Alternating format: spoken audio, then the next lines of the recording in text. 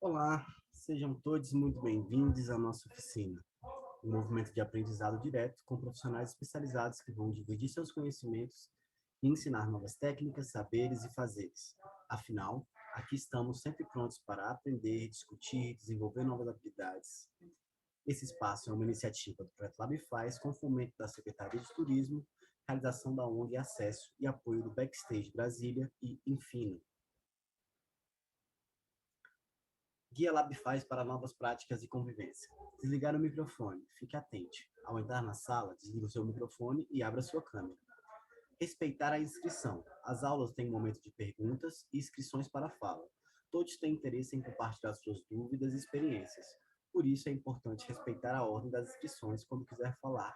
Se inscreva ou levante a mão pelo aplicativo Zoom. Não interrompa as falas, principalmente das minhas.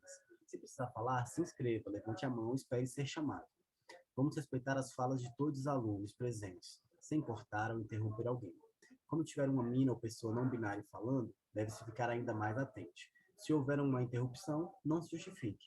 Apenas pare e deixe a pessoa continuar. Cuidado com o tempo de fala. As perguntas são essenciais para o desenvolvimento da aula. Por isso, quanto mais perguntas, melhor. Tente ser breve em sua troca. Respeite o tema da aula. Todos gostamos de aprender cada vez mais. Porém, é importante evitar sair do tema da aula quando for fazer sua contribuição. Respeite as professores. A sala de aula é uma grande troca de conhecimento. Professores também precisam ser respeitados, pois todos estão aqui em constante aprendizado. As aulas são gravadas. Caso perca uma parte da atividade, você terá acesso a esta no YouTube do LabFaz junto com muitas outras. Aproveite para ver outros conteúdos. Tiago, passa a palavra para você, meu querido.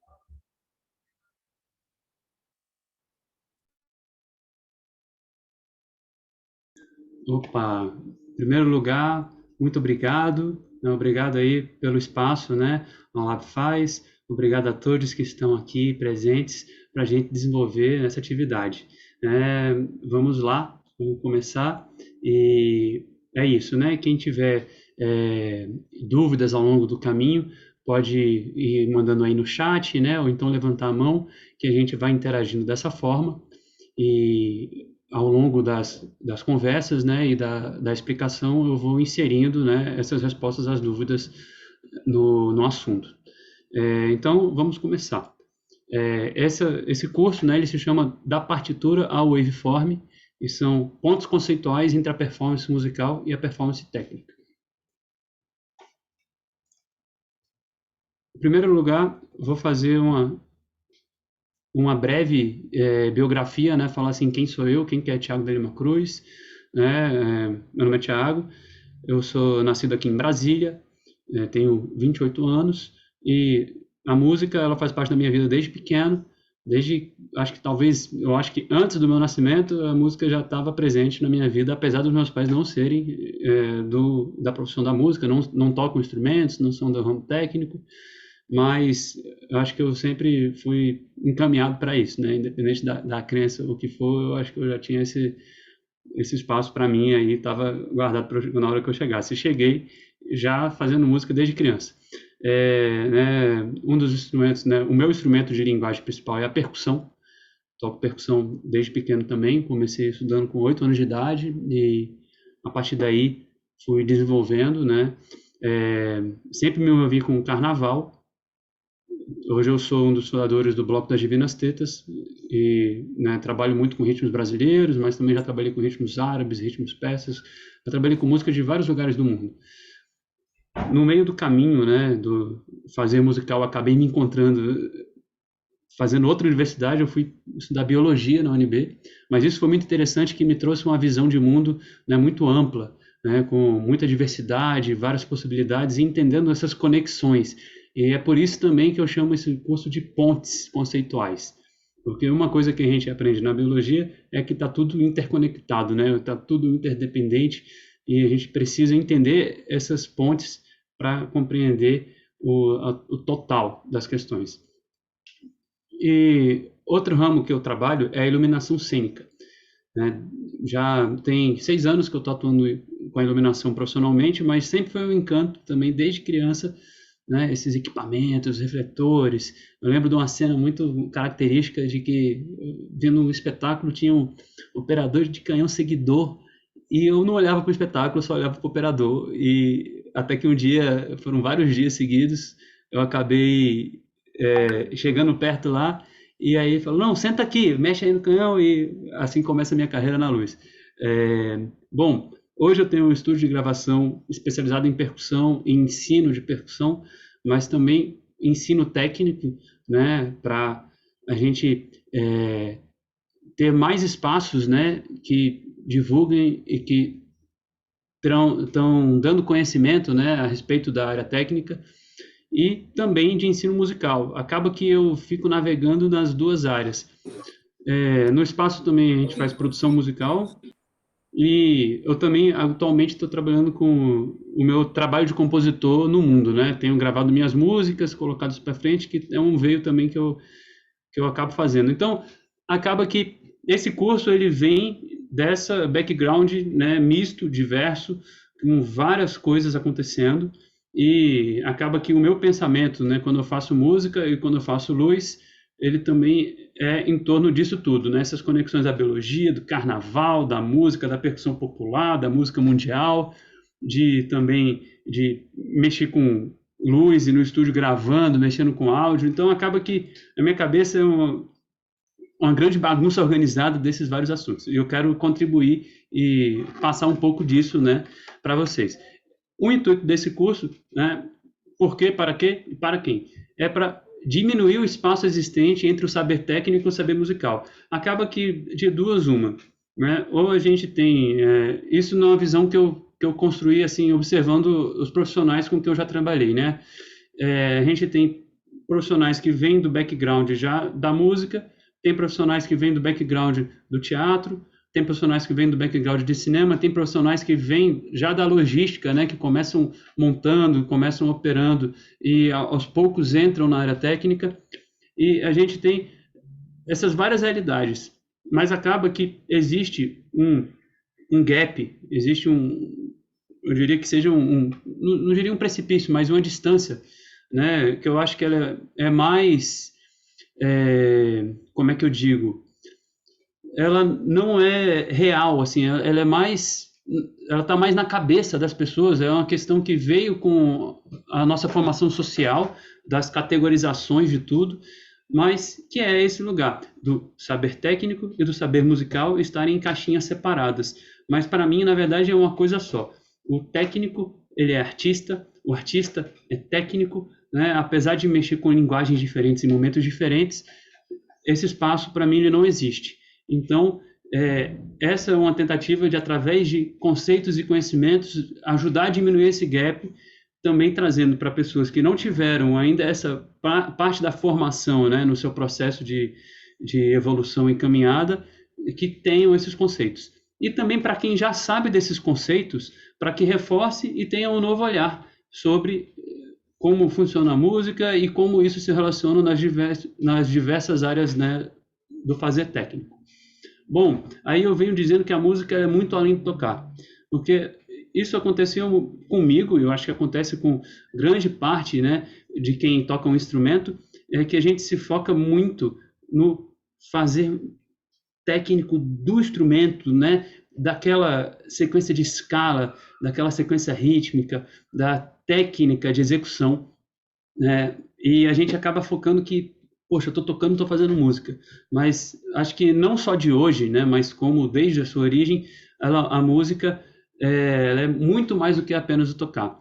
Hoje não tem como, né, ainda mais vivendo esse período que a gente está vivendo, né, de pandemia, e esse período de a gente está dependendo muito do audiovisual, a música ela se torna a parte de execução musical, ela se torna um dos elementos do que é a música, né?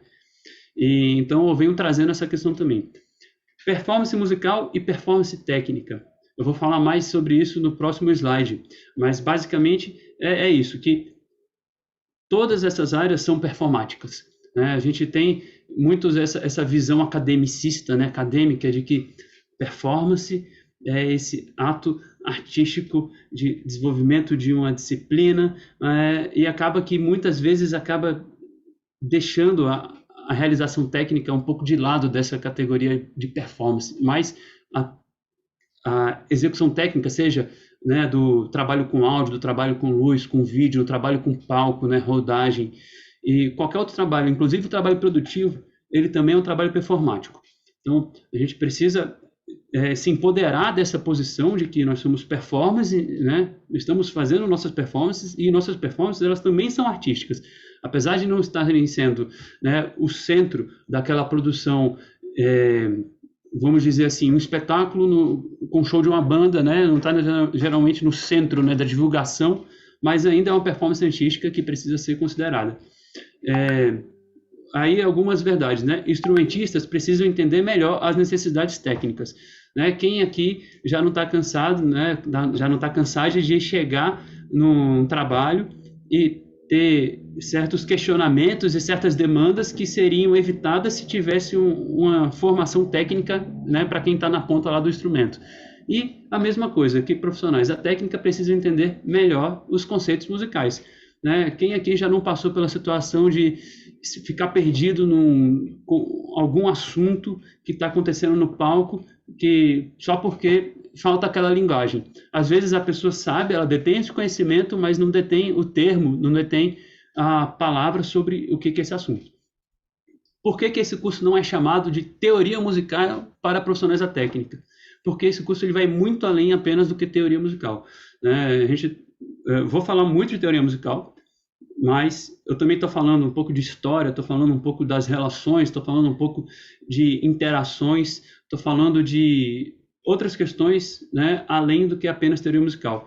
E se fosse para falar só de teoria musical, né, a gente já começaria aqui falando de clave, escala, pentagrama, né, figura rítmica, armadura de clave, e eu acredito que essa compreensão ela precisa de ter uns passos anteriores a esse ponto, né, da notação musical para a gente seguir. Então, é um pouco mais abrangente. Então, no final das contas, é uma visão técnica sobre conceitos musicais. Vai ter momento que é muito mais conceitão, né, bem específico, bem físico ou bem histórico, mas sempre eu vou estar puxando isso a minha forma de como eu vejo que isso vai me auxiliar no meu trabalho e eu imagino que isso também pode auxiliar vocês no seu trabalho. Então, vamos lá. Como é que a gente vai executar esse trabalho? Vão ser 3 dias, né? E são 3 etapas. Dia 1 é entendendo a travessia. Vamos trabalhar os conceitos básicos, conceitos fundamentais da música, entendendo, né, o que é o som, o que é a música e como é que isso vai interferir nos nossos próximos dias. Isso aqui eu chamo de travessia, que é como se fosse o rio, né? O que a gente vai ter que atravessar.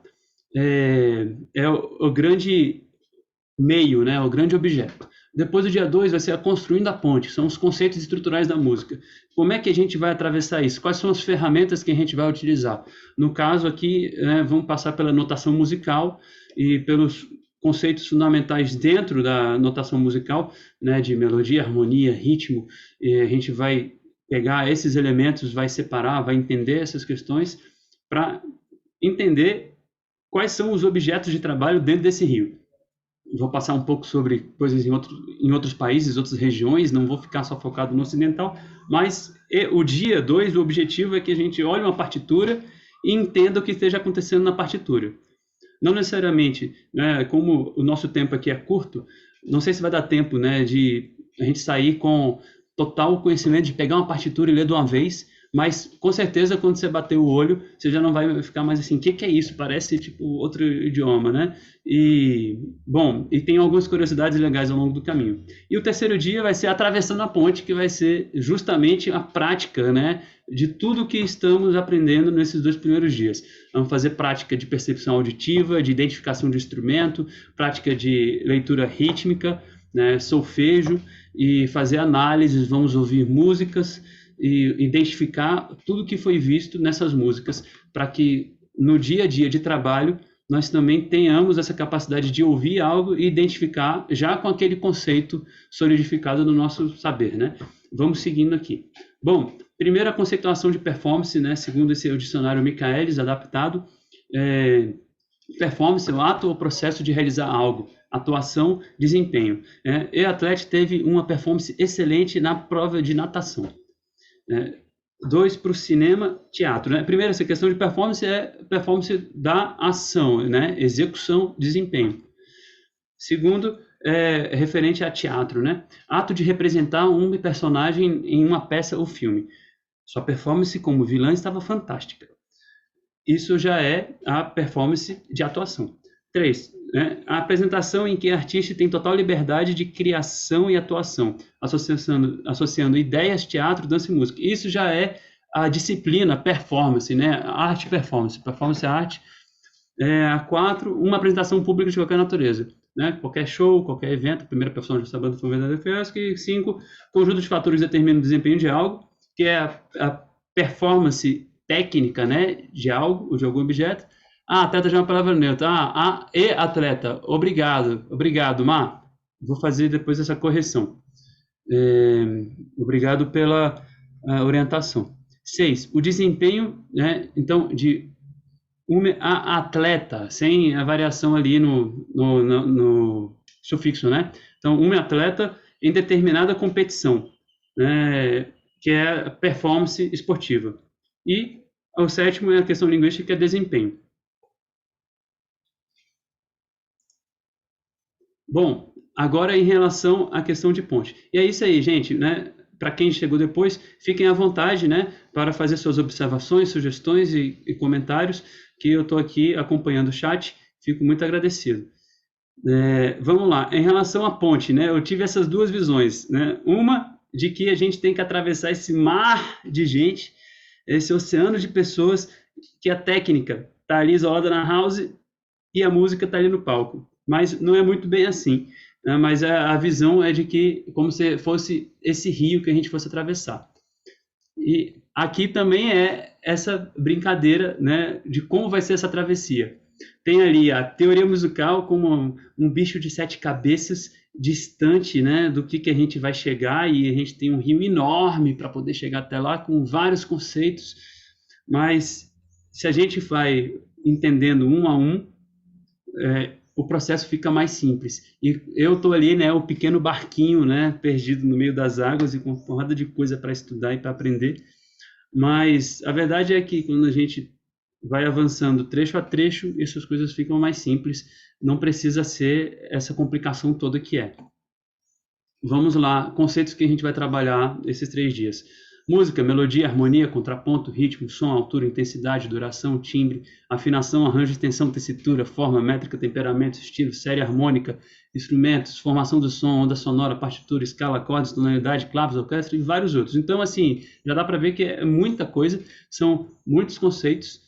A gente vai acabar elevando, né? Talvez eu tenha que ser um pouco rápido, né? Então, se alguma coisa for um pouco mais acelerada, me avisam aí que eu volto, né? Porque tem muita coisa para a gente trabalhar esses 3 dias, mas eu acredito que vai dar certo, né? E eu trouxe bastante ilustração e vários exemplos e coisas interessantes. Então, vamos começar. Música.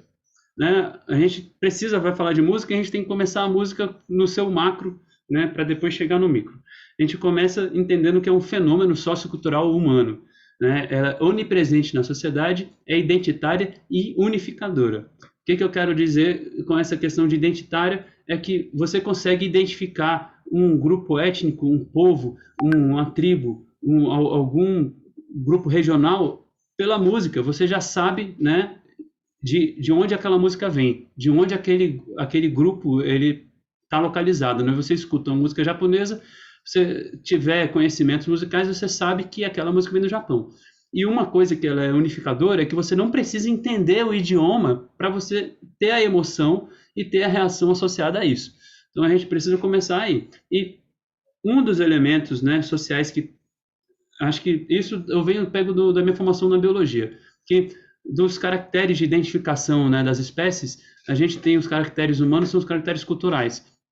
E o caractere cultural que é onipresente e que está em todos os grupos, a música é esse caractere.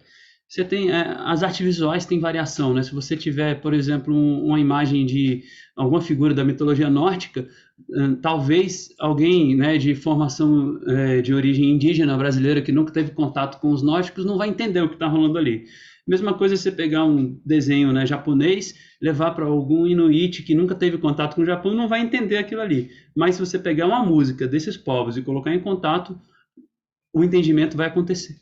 Vai acontecer processos emocionais, né? Então, na minha visão, né, se discordarem de mim, assim, falem, a gente conversa, mas a visão que eu tenho é que a música é realmente a linguagem que está mais presente nesse estado de unificação e identificação dos povos. Tanto que dos fenômenos sociais que mais movimenta, né, massas, todos esses fenômenos estão presentes a música, né? Você tem fenômenos religiosos, fenômenos esportivos, você tem fenômenos, né, culturais, shows, você tem fenômenos, né, tirando os fenômenos da natureza, que as pessoas se juntam para ver o pôr do sol e cachoeiras, né, e outras, né, outras maravilhas naturais, todos os fenômenos que envolvem o ser humano, a música está associada. Fenômenos políticos, esportivos, né, e por aí vai. Tudo tem a música. Então, é isso. Vamos seguir aqui. Aqui, só para ilustrar, eu tenho aqui, né, imagens, né, pré-história, né, essa primeira imagem é um desenho na caverna, agora eu esqueci o nome, depois eu pego essa referência dessa caverna, é uma gruta, acho que é na França, de pessoas dançando, né, você vê os movimentos, né, sinuosos, né, então se tinha dança, pressupõe que já tinha música. Segunda foto aí é um grupo tradicional chinês, com instrumentos chineses. Terceira foto é o carnaval na Bahia. Quarta foto é um grupo, né, do Rajastão na Índia. Quinta foto é um grupo de aquilo ali é tambor de crioula no Maranhão. Aqui embaixo tem um show do Oasis lá no, como é que é, o festival lá em Glastonbury. A outra foto, esse aí é na Nigéria, são sabás. Aí tem uma imagem, né, do Egito Antigo e depois uma pintura renascentista. Então isso mostra a diversidade de vários, né, lugares diferentes, períodos distintos, mas a música está presente. Agora vamos falar de uma questão mais técnica, né? Música, combinação de sons simultâneos ou sucessivos dentro de uma escala de tempo. O que é isso? Eu posso fazer, né, cantarolar uma linha só, dentro desse espaço-tempo que eu tenho a música. Pode ser um espaço-tempo curto, pode ser um espaço-tempo longo, né, mas eu preciso ter essa combinação de sons simultâneos ou sucessivos. Sucessivos, né, um atrás do outro, e simultâneos tudo ao mesmo tempo. Se eu quiser pegar aqui, botar todas as mãos numa tecla de um piano, fazer um grande cluster, né, e nomear isso aí como uma obra musical, ela vai ser uma música.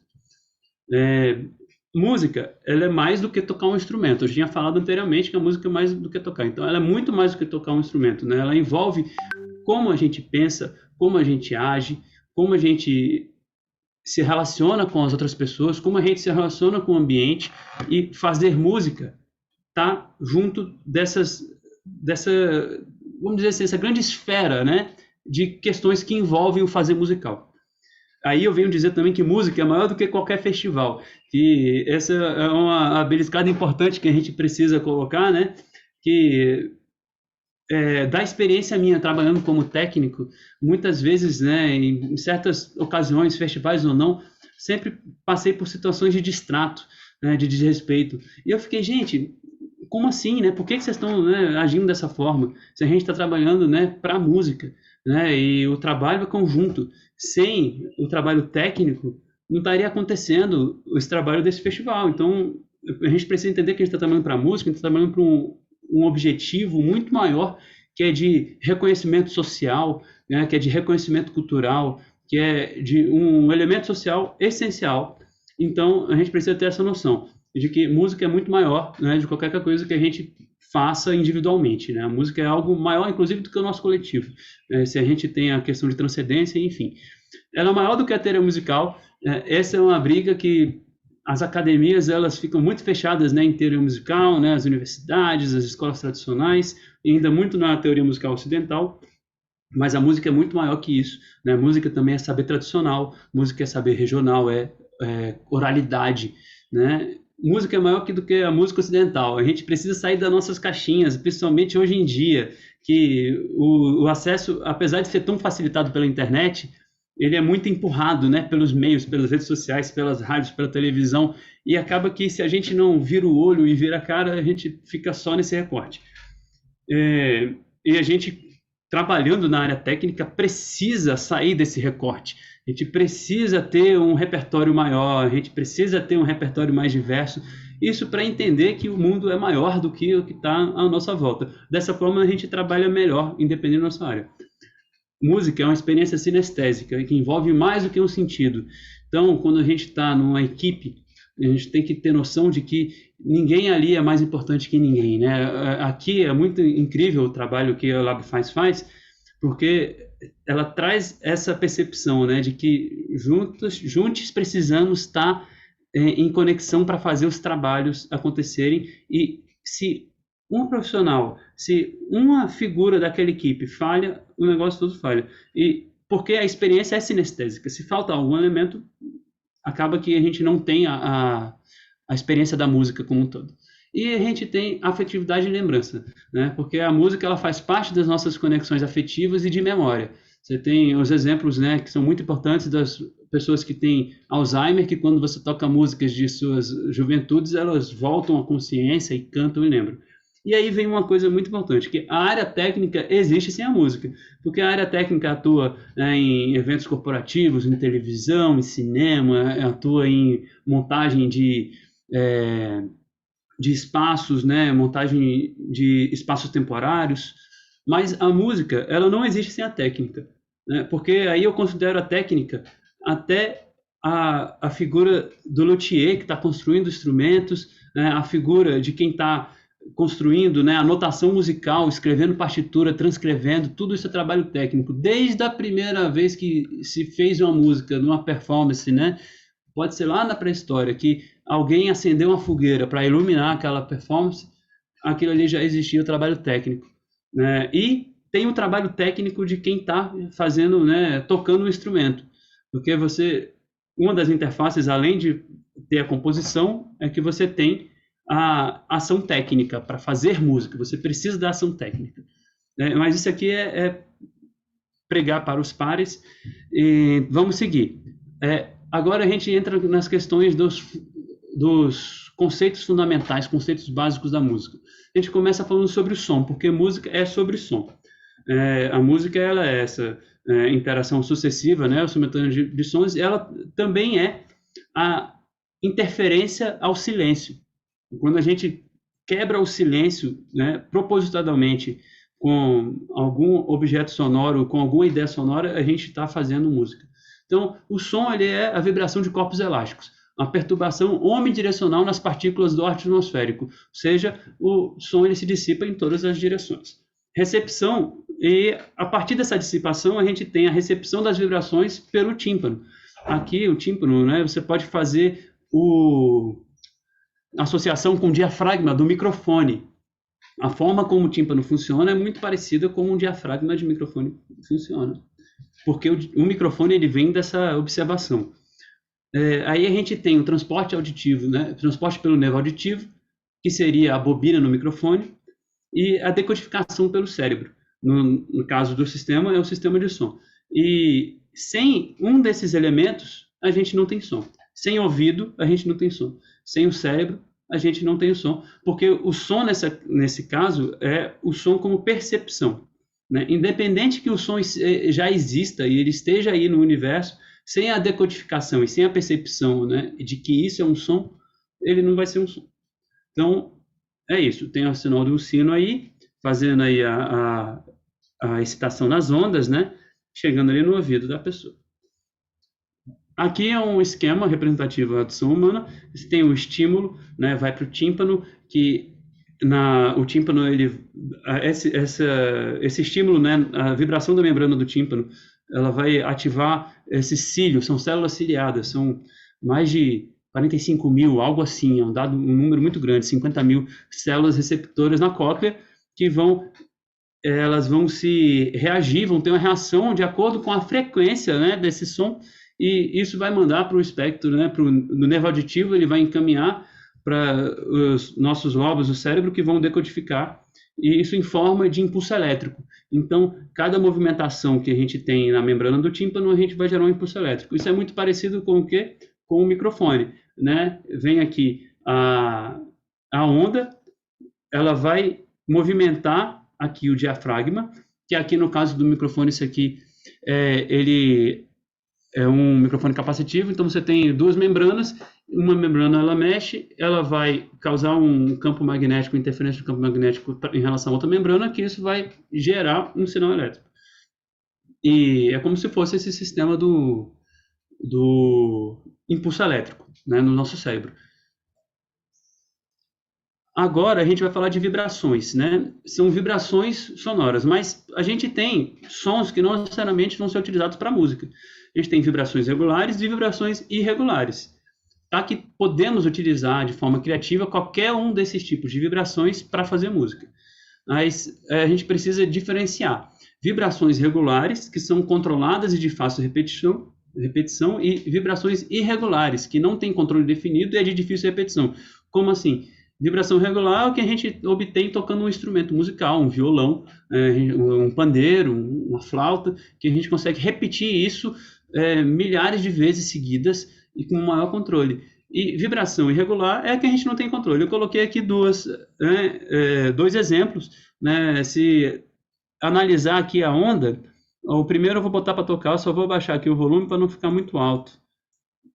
Aí vocês me digam se está dando para ouvir.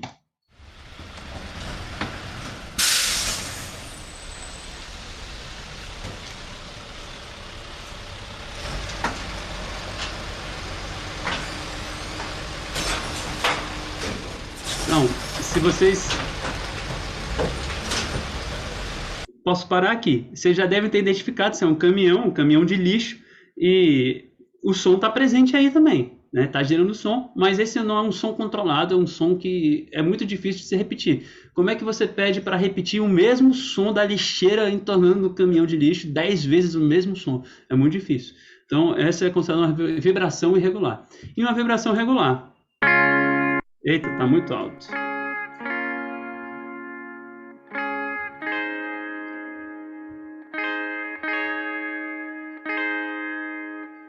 Então, isso, né, você vê como aqui já a vibração é regular. E a gente pode ver pela waveform aqui.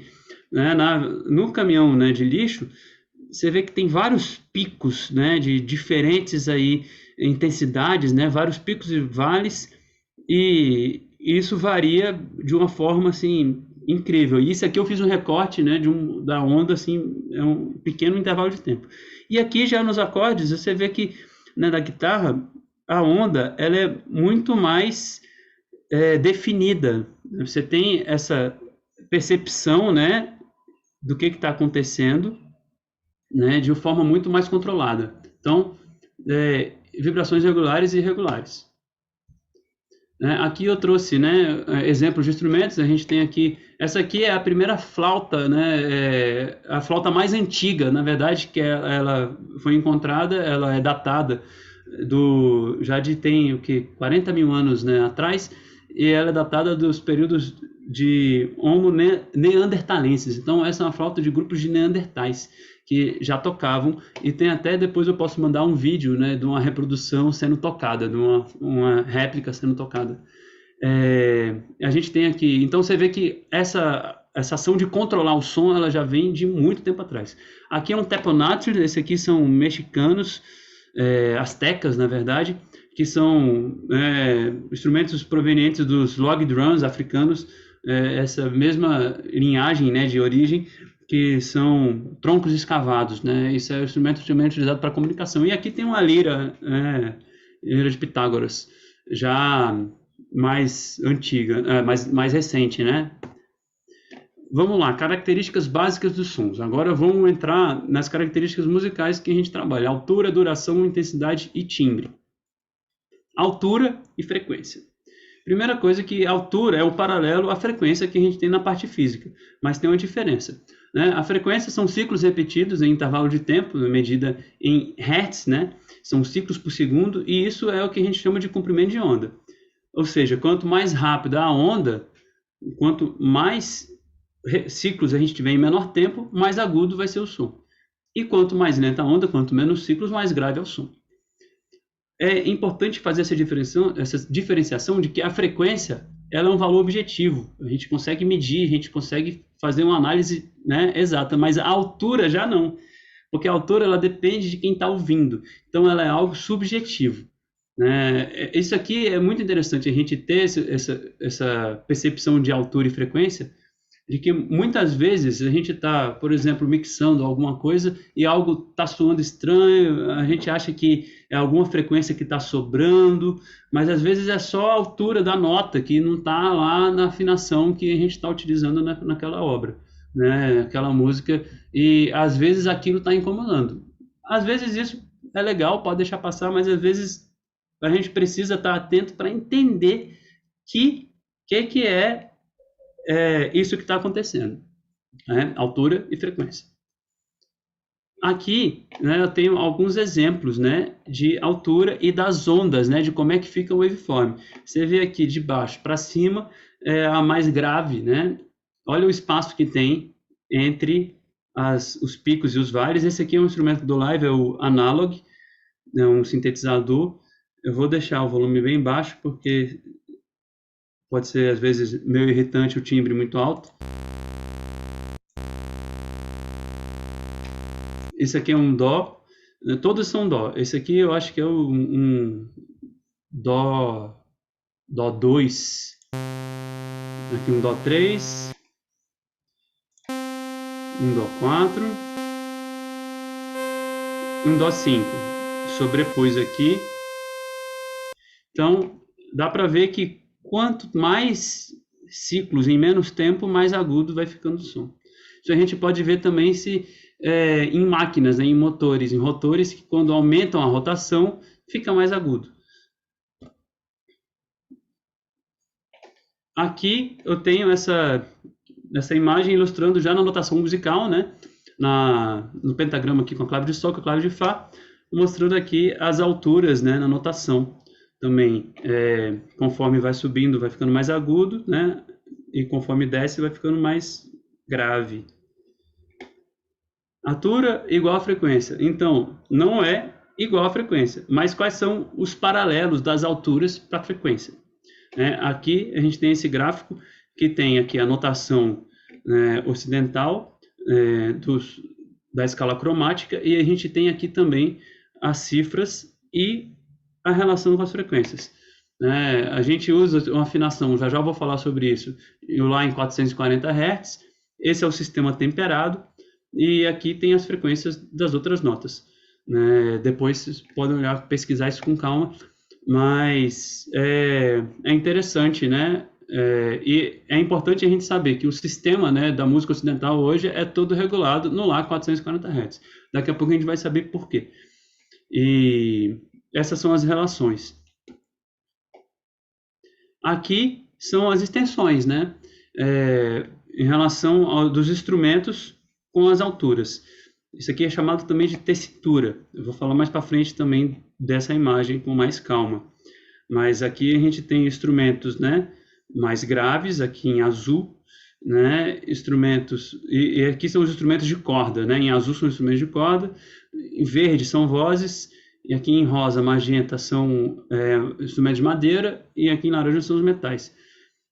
E aqui a gente tem as notações também, né, como é que fica na partitura essa relação com o piano. E aqui em cima as frequências, aonde que cada instrumento desse se encontra na frequência. Vamos lá. Aqui é um vídeo bem legal mostrando essa questão da vibração nas cordas do violão. Vou pular aqui. Pronto.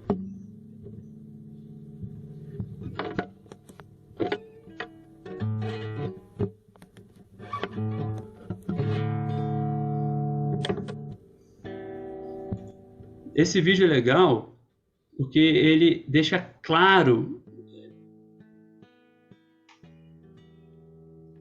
essa vibração dos corpos elásticos, né?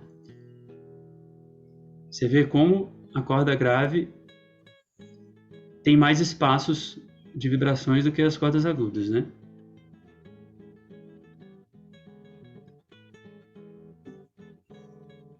É isso aí. Precisa ver até o final não, né? Deu para ver direitinho aí, gente? Travou o vídeo? Tá funcionando? Como é que tá? Vou seguir aqui para o próximo slide. Deu certo? Tava meio travadinho, né? Acho que é internet, né? Mas depois eu vou, para quem quiser, eu posso compartilhar essa apresentação quando a gente terminar os 3 dias. Espectro sonoro, né? Aquela imagem que a gente já tinha ali com os instrumentos já estava adiantando que vinha chegar esse momento, que é o espectro sonoro. O que que é isso?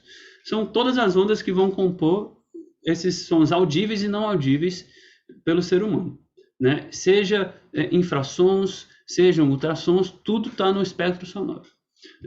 Essa é a nossa extensão auditiva. Conjuntos de sons parciais harmônicos e não harmônicos de um som complexo. Oxe, o que é isso? O som dos instrumentos ele é formado por uma soma de sons. Ele não é restrito apenas àquela nota fundamental. Quando o instrumento está tocando um dó, por exemplo, ele não está tocando só essa nota dó. Tem vários harmônicos soando junto, e isso a gente vai entender daqui a pouco como que isso acontece e por que isso acontece, mas que isso vai surgir o timbre do instrumento. E essa soma desses harmônicos, né, os fundamentais e os não fundamentais, isso também é chamado de espectro sonoro. Vocês vão ver que vários termos eles têm mais de um significado. Aqui tem uma citação. O espectro de um som complexo caracteriza graficamente a forma da onda que o define e está sempre presente ao distinguirmos uma voz de um instrumento musical e esses dois de um carro a buzinar em outras situações. Aquilo que a gente viu ali na imagem, né, da guitarra com o caminhão.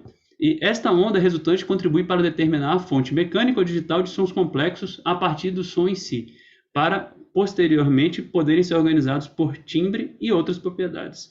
Ou seja, a resultante ela vai permitir que a gente identifique, para saber o que está acontecendo. Isso faz com que também a gente consiga identificar vozes de pessoas e associar, né, elas às identidades das pessoas, a gente consegue saber.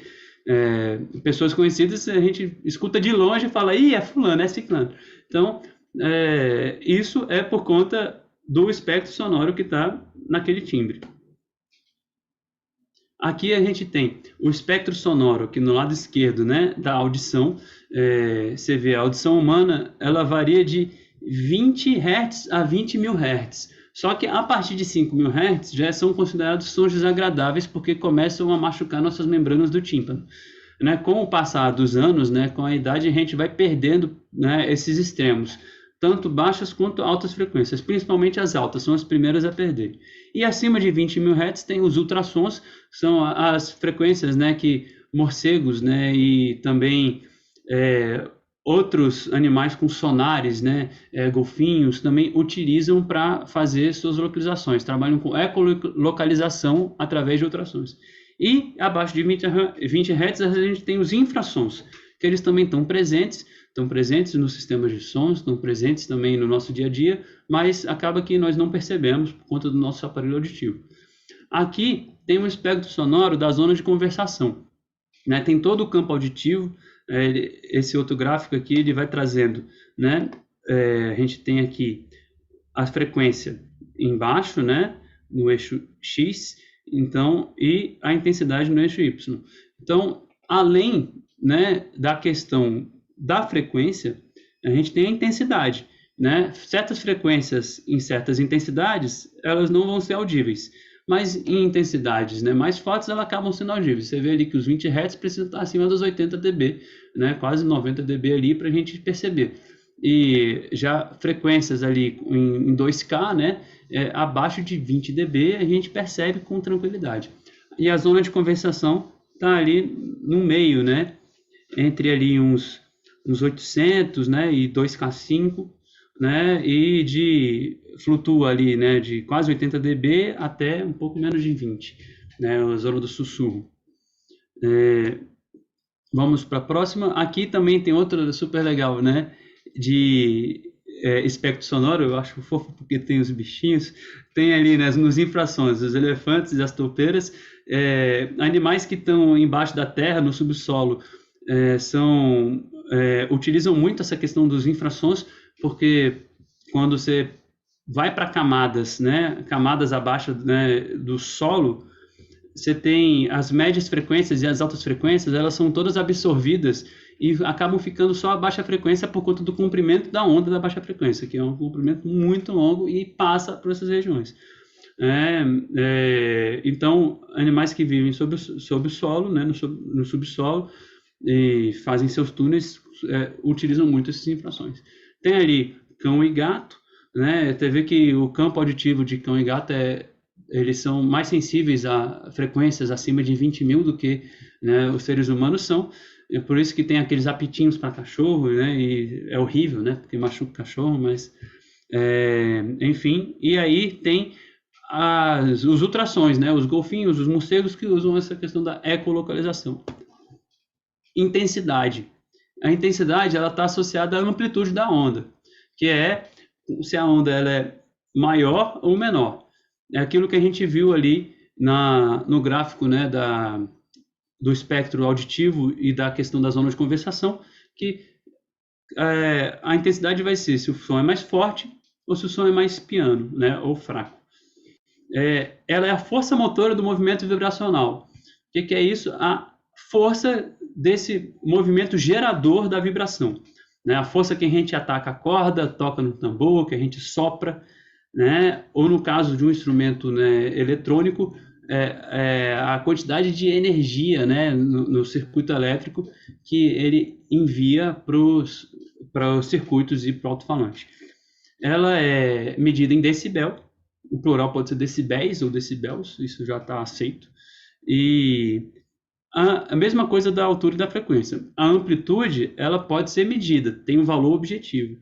Já a intensidade, não, ela é subjetiva e precisa da relação com ouvintes. É aquela velha história de, não, abaixa o som, está muito alto, então, não, mas está muito baixo, aumenta aí. Porque, independente se está tudo, sei lá, a 95 dB, vai ter gente que vai sentir muito mais forte e gente vai sentir muito mais fraco por conta das configurações do nosso sistema auditivo.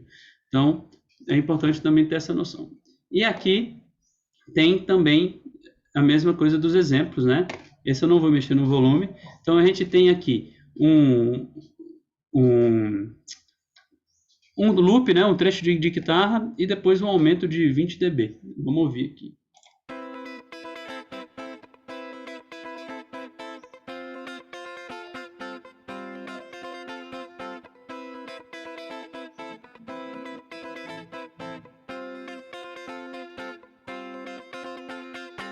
Vou mudar para o outro. Bem mais alto, né? E dá para ver claramente aqui como isso alterou a waveform, né? Como essa elevação aqui, né, na intensidade deixou nosso waveform maior. Então isso aqui já fica, né, uma nota de observar. Quando a gente bater o olho numa wave e ver que ela está pequenininha, a gente sabe que ela está com pouca intensidade. Provavelmente o ganho de captação foi baixo, ou o ganho estava alto, mas o instrumento ele tem pouca projeção sonora. Ou o microfone estava longe. São várias opções, mas a gente sabe que aquilo ali, alguma coisa aconteceu, né? E a mesma coisa quando está muito grande, né? Se ela está passando, né, de um nível razoável, a gente já sabe, né, que por que está acontecendo. E aqui embaixo é um medidor de intensidade sonora, que são referências de sons cotidianos. Tem aqui o guarda-chuva, né? A chuva pegando um guarda-chuva assim, menos de 20 dB. Isso aqui eu desconfio um pouco, dependendo da chuva. Se a chuva estiver brava, o negócio é mais alto. Né? Ônibus passando de 40 a 60, cortador de grama 80 dB. Headphones, aqui mora uma coisa, de 100 a 120 e disparo de armas de fogo acima de 140 dB. Já vamos aproveitar o gancho. Daqui a pouquinho, vou falar mais um pouco desse gráfico aqui. Aqui também tem outro gráfico, né, de questão de intensidade, né, de SPL, abaixo de 80 dB, né, e não tem riscos para nossa saúde auditiva, né, voz, né, sussurrada, ciciada, esse termo é legal, voz falada, recreio, né, que é murmurinho, burburinho de pessoas. Aqui, né, 80 a 90 dB, já é o limiar do som lesivo, né? A fonoaudiologia ela recomenda que a partir dessas níveis de intensidade a gente tenha baixa exposição. Aqui a gente tem 90 dB para cima, né, com martelo pneumático, né, britadeira e aviões com intensidades muito grandes. Então, vamos pegar o gancho do fone e já vamos trazer aqui, que é um cuidado para a gente que trabalha na área técnica, que trabalha com fone sempre, precisa estar sempre com atenção em relação a essa questão das intensidades. Então, volume dos fones, né? Ó, isso é legal, isso é aprendizado para todo mundo. Quando eu fui pesquisar isso aí, eu fiquei, ó, legal, estou fazendo tudo errado, mas agora eu vou mudar. Eu espero que a gente se conscientize, porque nossa saúde, ela está acima, né, de qualquer volume, de qualquer altura, de qualquer sistema, e se a gente trabalha com áudio, a nossa saúde, ela também é diretamente associada ao nosso trabalho. Então está aqui, volume dos fones. A metade é o limite. Na maioria dos aparelhos de som, o volume máximo varia de 75 a 105 dB, mas alguns podem chegar a 135 decibéis. Para não ter perdas auditivas, o ideal é limitar o volume metade. Imagina, 105 é um sistema de PA, né, para 5 mil pessoas. Se botar isso aí no seu ouvido, é loucura, né? E a gente faz isso direto, então já fica atenção. Né? E aí está aqui, faixa confortável de 0 a 50, né? A OMS, ela limita outras faixas de frequência, mas essa ela não limita. Ó, a partir de 70 dB, a OMS já limita, né? Então, ela precisa de pelo menos 1 a 2 horas depois de um tempo com fone, para a gente conseguir reduzir esse estresse auditivo. Né? E aí tá aqui, ó. Para quem ouve um som nessa intensidade todos os dias, a reposição da audição vai demorar mais para acontecer. 80 a 110 dB, ela já tem um risco maior. Existem limitações quanto ao tempo que podemos ser expostos a algum som. Com 7 minutos já há desconforto. Barulho de um secador de cabelos até 100 dB só pode ser suportado por 15 minutos, né? Então isso é importante, ainda mais para quem mixa. É delicado esse assunto, mas é importantíssimo.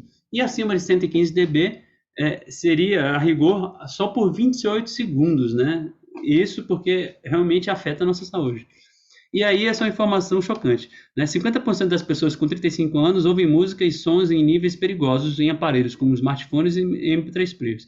1 a 2 dias é o tempo que as orelhas levam para se recuperar da exposição a ruídos intensos. 1,1 bilhão de jovens em todo o mundo correm o risco de ter perdas auditivas por ouvir sons em volumes perigosos. Então, vamos também aproveitar esse momento para conscientizar. A gente está falando de música, mas também para falar de saúde. Agora vamos lá. Duração. Vamos esticar aqui o tempo, esticar a corda que tem assunto. Duração. A duração é quanto tempo esse som ela vai perpetuar no tempo, né? Quanto tempo vai perpetuar no tempo? Que construção ótima. Então, extensão de um som ao longo do tempo. Se atenha ao que está escrito, você preparou isso. O que a gente estuda, né, como ataque, decay, sustain e release, é justamente isso, né, sobre a duração de um som. Aquilo que está na moda hoje em dia, né, na questão de mixagem, que é o transiente, é justamente relacionado a essa questão. O transiente é justamente a relação entre ataque e decay, né? O primeiro momento, né, que aquela nota, aquele som vai gerar no sinal de áudio, né? Outra coisa que é que quanto mais elástico o corpo que está em vibração, né, maior a capacidade de vibração. Então, maior é a duração do som. Se lembrarem lá do vídeo do violão, as cordas mais graves, elas são mais elásticas, né, do que as mais agudas. Então, se você tocar uma nota simultânea com a mesma intensidade, a grave vai durar mais tempo, porque a corda grave vibra mais. Mesma coisa, a gente pega um surdo e um tamborim. Se a gente tocar com a mesma intensidade nos dois instrumentos, a nota do tamborim vai ser uma nota seca, tec, e o surdo vai tem um sustain enorme porque a pele é muito elástica.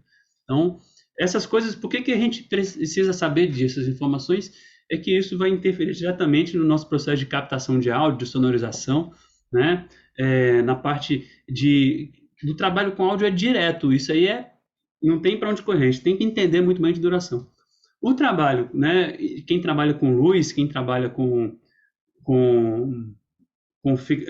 elementos visuais, isso é muito legal também para a gente saber que certos ataques em certos instrumentos vai ter uma reação diferente no nosso, né, sistema, né, de controle. Se a gente estiver fazendo uma luz que está sincronizada, se a gente está fazendo um vídeo também que está sincronizado, a gente já tem uma noção. A pessoa vai tocar a caixa, eu sei que ali vai ter um ataque explosivo, assim, e levantou o braço, vai entrar com intensidade, então eu posso ir junto.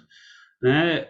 Esses fenômenos, né, esses elementos são importantes para todas as áreas, né, do saber técnico, porque faz com que a gente tenha mais domínio sobre o que está acontecendo ali no palco.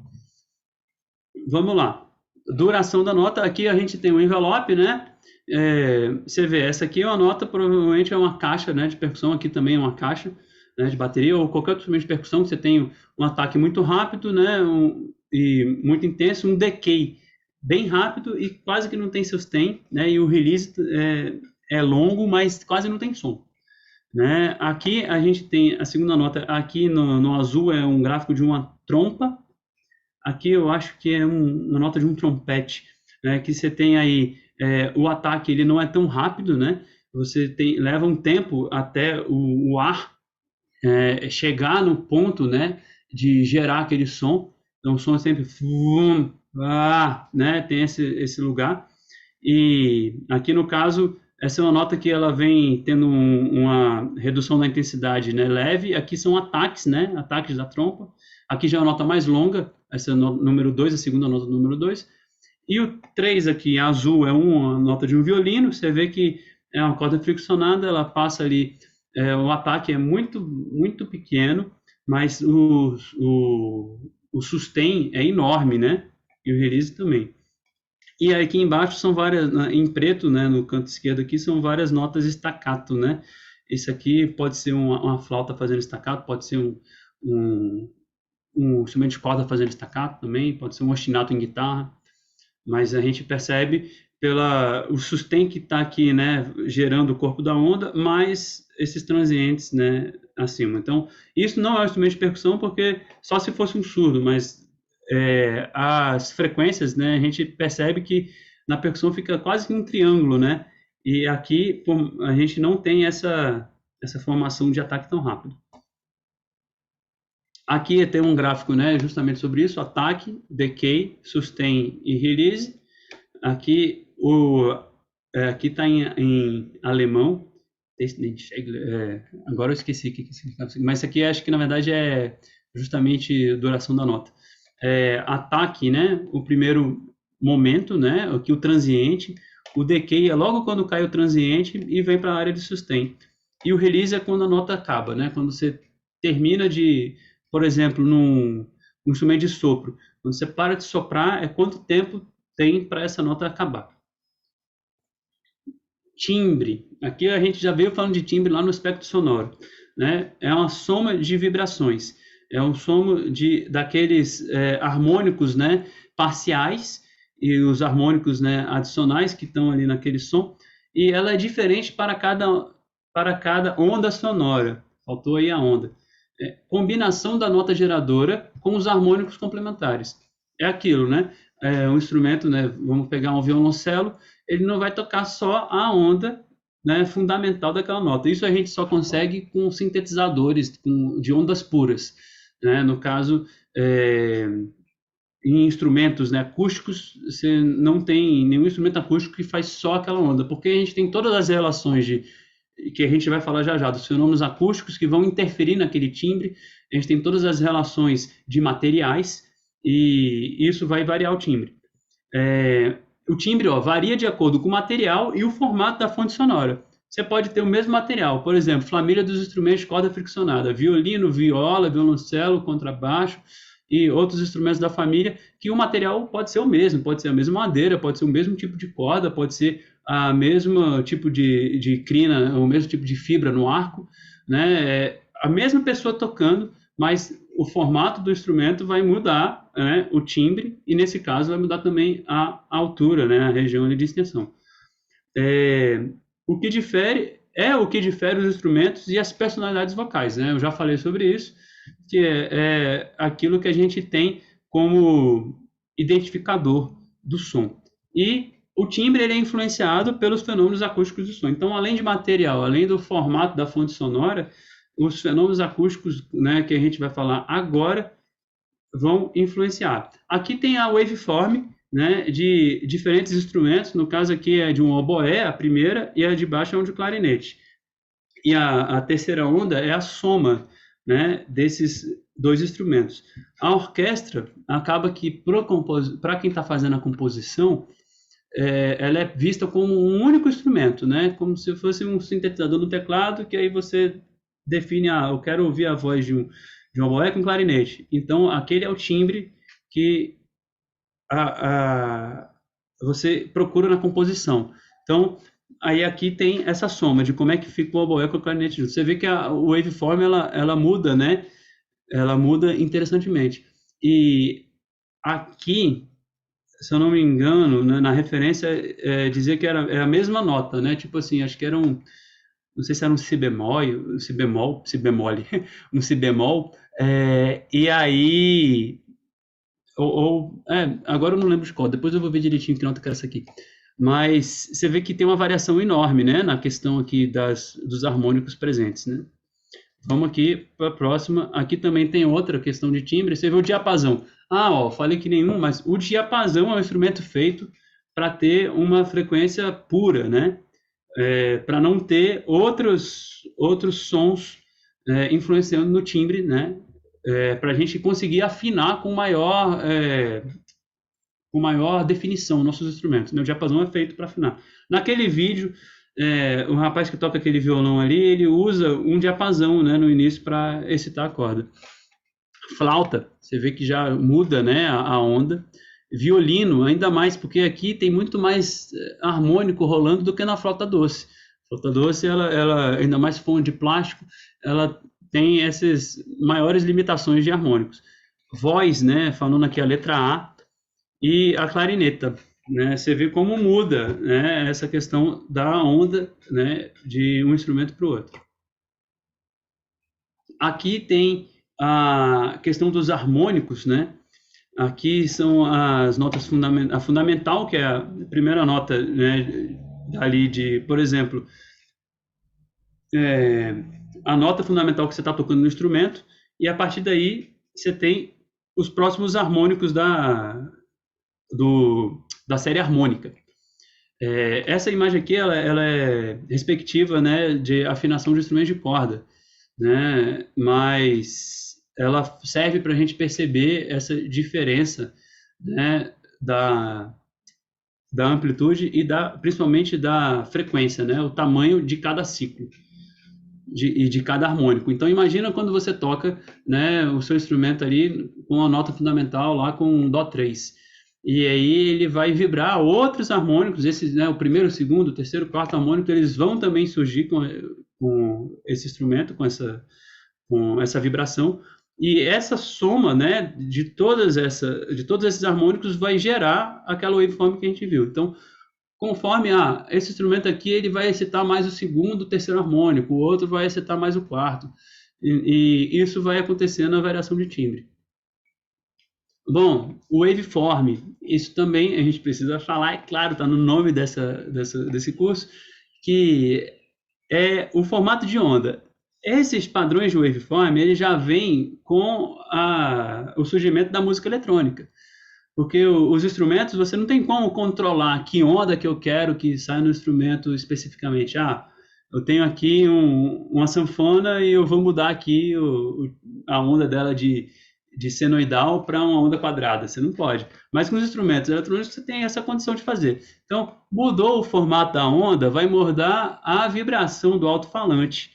E isso vai interferir no timbre, independente se a nota que você está usando seja a mesma. E aí aqui tem as waveforms, né, que são as que são utilizadas usualmente, né?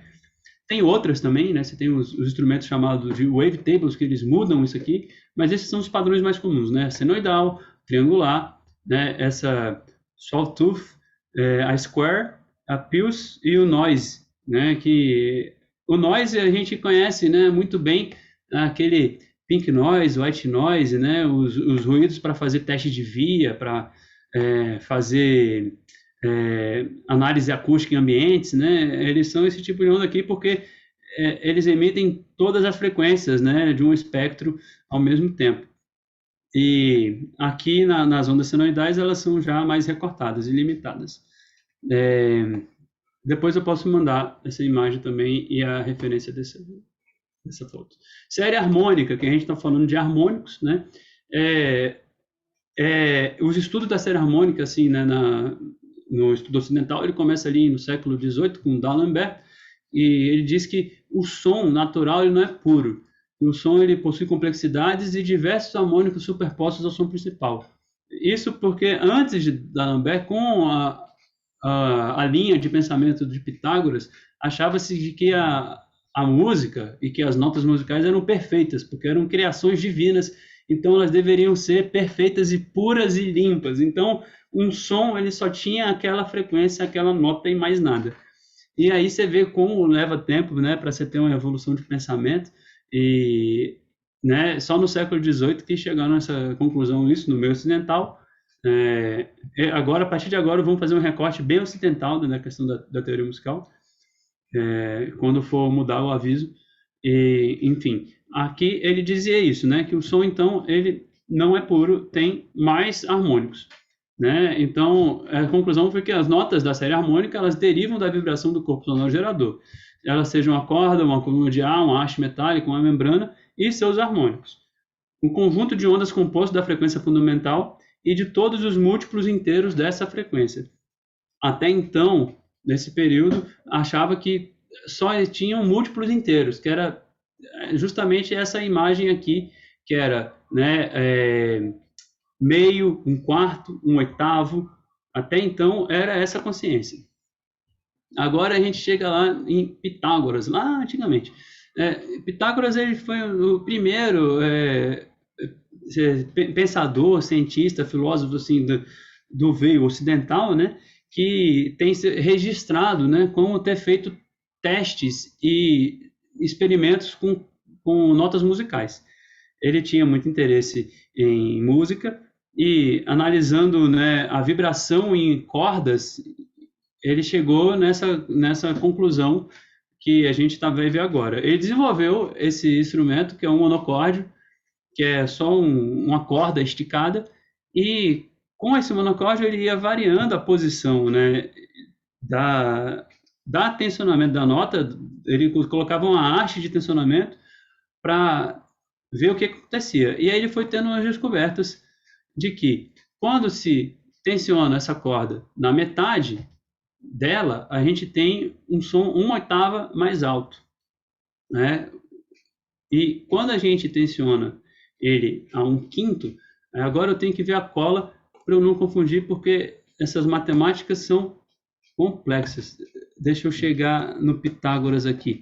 Eu vou chegar na afinação pitagórica e aí eu explico isso de novo com calma, mas já coloca isso na mente aí. Lembra direitinho de que o monocórdio pitagórico, né, foi esse instrumento que possibilitou essas conclusões de D'Alembert lá no século XVIII de que, né, as notas também tinham esses sons harmônicos além dos fundamentais.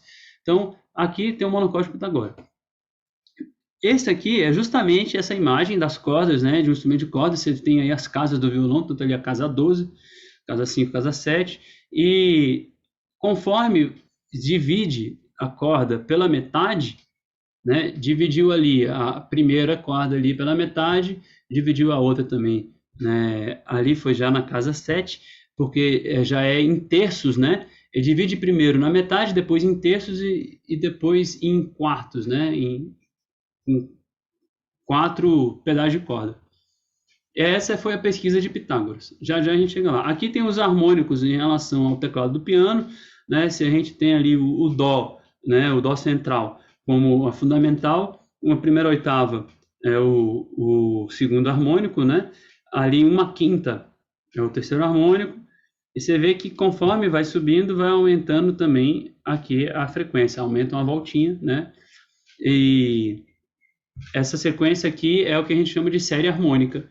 E além da questão de timbre, ela é muito interessante para ser utilizada em trabalho de composição, orquestração, para entender essas relações de como é que esses sons diferentes vão funcionar. Aqui também é um elemento já com notação musical. A gente vai ali com 2 oitavas não, bem mais. Aqui é a série harmônica completa, né, desculpe. Aqui é a série harmônica completa, que vai ali uma oitava, e depois uma quinta, aí vai uma quarta, aí vai uma terça, aí vai uma segunda, e uma segunda maior, e vem uma segunda menor, e assim por diante, né? Dó 2, Dó 3, Sol 3, Sol 4, e aqui tem as frequências, né? E aqui embaixo tem o temperamento. Eu vou chegar já já no temperamento. E as diferenças discentes. Fenômenos acústicos de sons. Eu coloquei isso aqui agora porque a gente precisa ter essa noção para entender o timbre na sua completude.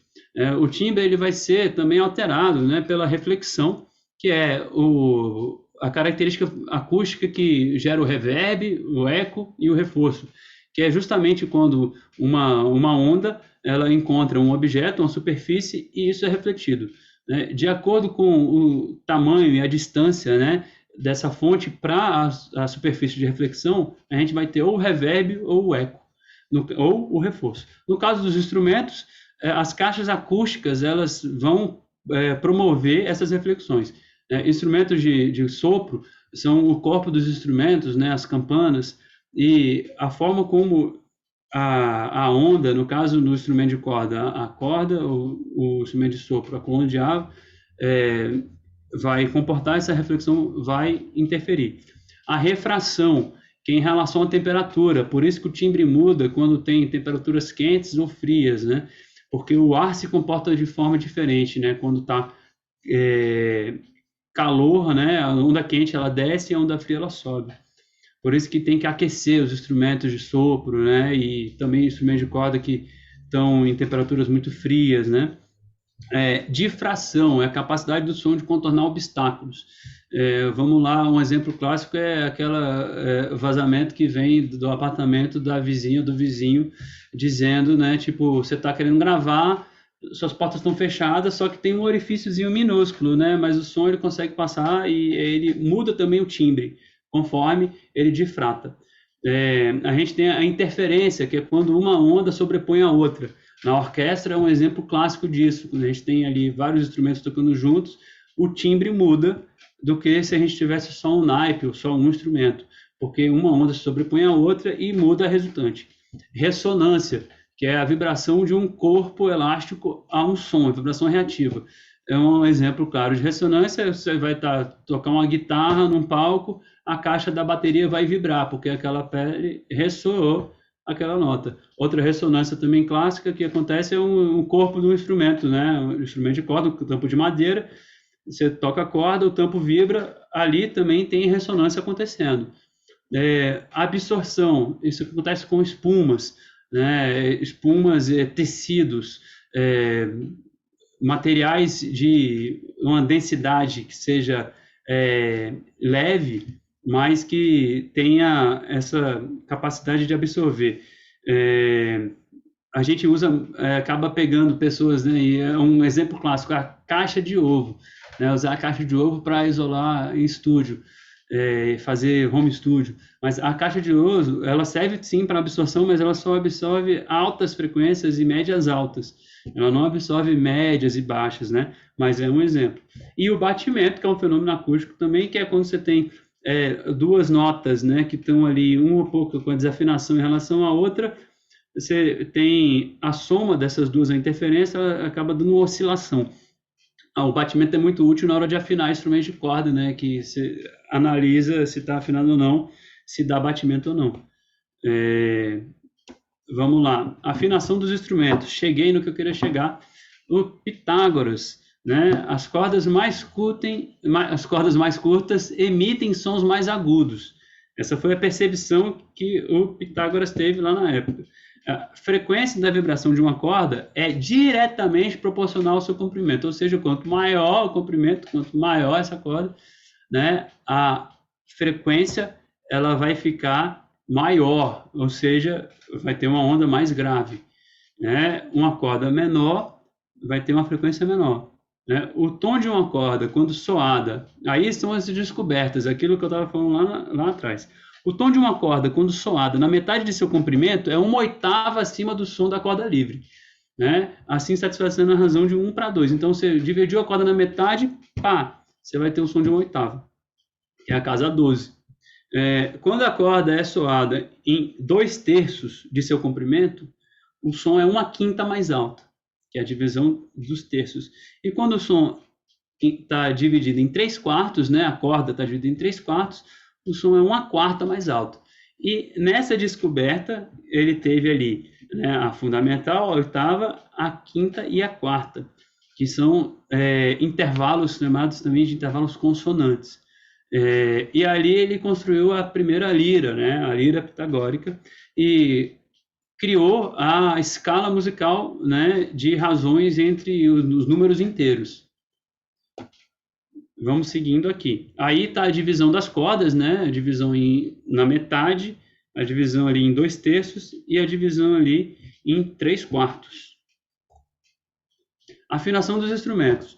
Passado muito tempo, né, com várias razões, a gente vai entender também na aula de amanhã, quando falar de escala e modos, foi buscado uma alternativa de conseguir fazer transposições e modulações nos instrumentos, né? Como é que era isso? Você tocava uma melodia que era em uma escala específica, se você queria mudar o tom, você não conseguia mudar o tom porque a escala era congelada naquele lugar. Então, transpor ou era aquele jeito ou não era, então não dava para transpor, assim, ou então você mudava, a melodia ficava descaracterizada. Isso porque cada grupo regional tinha uma escala diferente, né? E com o passar do tempo, as músicas foram sendo tocadas pelas mesmas pessoas, ficou um obstáculo, né? Vou tocar uma música de outra região, tipo, vou tocar um forró lá do Ceará, aí eu chego aqui no meu instrumento, só que o meu instrumento ele é feito por músicas aqui de Brasília, aí eu não consigo tocar os forró do Ceará, então isso era uma coisa que acontecia muito, então por conta dessa confusão, foi uma busca incessante para resolver esse problema. E aí, em 1636, esse alemão Andreas Werckmeister, para instrumentos de tecla, no caso, na época era o cravo, ele chegou na ideia de dividir, né, uma oitava que já tinha lá do Pitágoras em 12 semitons iguais, que é numa escala logarítmica, mas ele pensou na época em dividir em 12 iguais. Depois que essa escala mudou para logaritmo, a gente vai entender por quê. Era o temperamento igual. Dividiu em 12, pegou lá e chamou cada divisão ali de um semitom. Nisso, ele conseguiu, de certa forma, sobrepor essa questão, né, das diferentes escalas, modos e tonalidades que existiam, e a partir daí conseguiu tocar qualquer música em qualquer nota. Essa música que está grave para mim, agora eu consigo tocar ela numa região mais aguda. Então, essa já foi um avanço enorme. E, a partir daí, conseguia-se, depois que expandiu para outros instrumentos, tocar músicas que eram feitas para uma viola da gamba, por exemplo, em um instrumento de sopro, uma flauta, né? E vice-versa. Então, assim, todas as tonalidades passaram a soar idênticas, variando apenas a altura. E essa é uma coisa, só que aí é um problema na questão da vibração, né, da parte física, porque a afinação ela fica acusticamente imperfeita. O que isso quer dizer? Fica forçada as relações harmônicas, porque as relações harmônicas elas não são assim iguaizinhas, são todas iguais. Elas têm diferenças, as proporções naturais, né, dos tons. Então aqui tem essa escala, né, que tem as relações de proporções naturais, dá para ver que aí elas são quebradas, né? E 204, 336, 498, 702, e aí já na escala temperada, isso foi colocado, encaixado numa caixinha, 200, 400, 500, 700, 900, 1100, e isso acabou gerando algumas anomalias harmônicas, né? Digamos assim. Com o tempo a gente se acostumou. Só que uma coisa que é importante é que o nosso corpo, a nossa fisiologia, ela não é acostumada 100% para isso, né? Apesar do cérebro ele se acostumar, só que ele tem que fazer um esforço muito maior para entender essas questões, né, dos tons do que ele teria se fossem as proporções naturais. Mas é um avanço, né, que na questão da música e da instrumentação foi muito, muito importante. Moldou toda a nossa forma de fazer música hoje em dia. Agora, por que a gente usa 440 Hz? Por quê? Né? Porque, como é que diz? Assim como as escalas eram diferentes em cada região, as afinações também eram diferentes em cada região. Porque você pensa assim, eu fiz uma flauta agora aqui de taboca, aí depois eu fiz uma flauta de bambu. É muito difícil que eu vou acertar os furos, né, na mesma posição e a nota fique na afinação perfeita, igualzinha. Se for pensar isso agora em larga escala, em vários instrumentos, cada região, cada construtora de instrumento, cada pessoa que está fazendo seu instrumento, vai ter uma afinação específica. Primeiro, porque se você não tem como aferir essa afinação, você vai pelo seu ouvido. E o nosso ouvido ele não é um medidor, né, muito definido. Apesar de ter pessoas com ouvido absoluto, a gente acaba que tem variação de uma pessoa para outra. Então, cada afinação era de um jeito. Então, você tinha regiões de orquestras que afinavam em 432, você tinha em 428, você tinha em 442, e por aí vai. Aí, em 1936, teve uma convenção internacional, né, nas orquestras que decidiu se afinar, né, a partir de um movimento da indústria americana, que já tinha determinado o padrão de fazer em 440, vamos afinar tudo em 440. E aí, em 1955, a Organização Internacional de Padronização criou a norma ISO 16, né, que nela instituía que o Lá, que é logo acima do Dó central do piano, vai ser afinado em 440 Hz. Né? Legal. Vamos ouvir aqui o Lá em 440 Hz. Alto pra caramba. Então esse é o Lá. Uma curiosidade que eu achei legal colocar aqui é que quando eu estava na escola de música, falavam muito, você quer afinar, tá sem saber, pega pro telefone, liga para alguém que vai tocar um Lá 440 Hz. Me diz se alguém já ouviu falar essa história aí.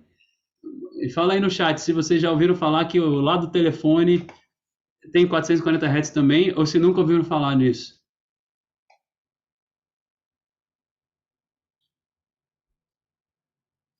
E gente, se vocês tiverem alguma dúvida aí, alguma pergunta aí, alguma interação para falar, se estiver legal a forma que eu estou fazendo aqui a explicação dos conteúdos e lidando com o caminho, vocês avisem aí, tá? Estamos chegando já na parte final, assim. Vem agora aí, como é que diz? Plot twist na vida. Esse para mim foi assim, eu fiquei, não acredito, a minha vida era uma mentira. Nunca consegui afinar o instrumento certo por conta disso, porque no Brasil não é 440 Hz, não é 425. Por quê, né? Cada local do mundo, cada país tem um padrão diferente. Tem lugar que é 200 Hz, tem lugar que é 230 Hz. Aqui não é 440, é 425. Escuta aí, vocês vão identificar.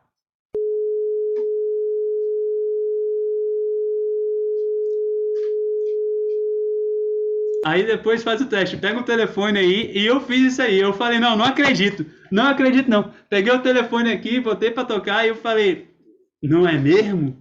Então, assim, já vai a informação de que quando for usar o telefone para tocar, saiba que está afinando quase em Sol sustenido, tá bom? Sol sustenido é 415, então a gente está mais próximo do Sol sustenido do que de um Lá. Então, já fiquem sabendo disso aí. Vamos para a próxima aqui. Diferentes afinações. A afinação microtonal, ela vem inspirada, né, nos instrumentos de origem do Oriente Médio, que tem seu sistema musical, seu sistema modal. Amanhã a gente vai falar sobre o sistema modal, mas a afinação ela é em intervalos menores do que os semitons.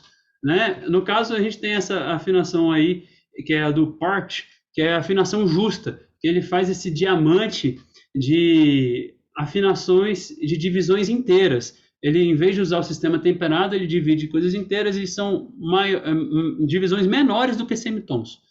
Né? É só uma curiosidade.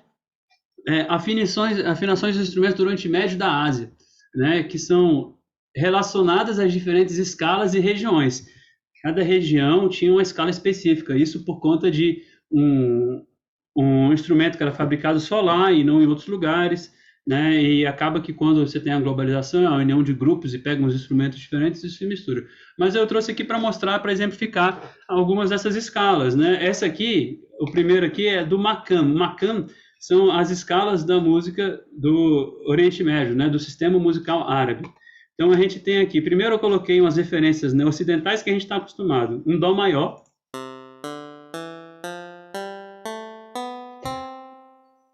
um timbre muito ruim de clavicorde, mas funciona. Um dó menor,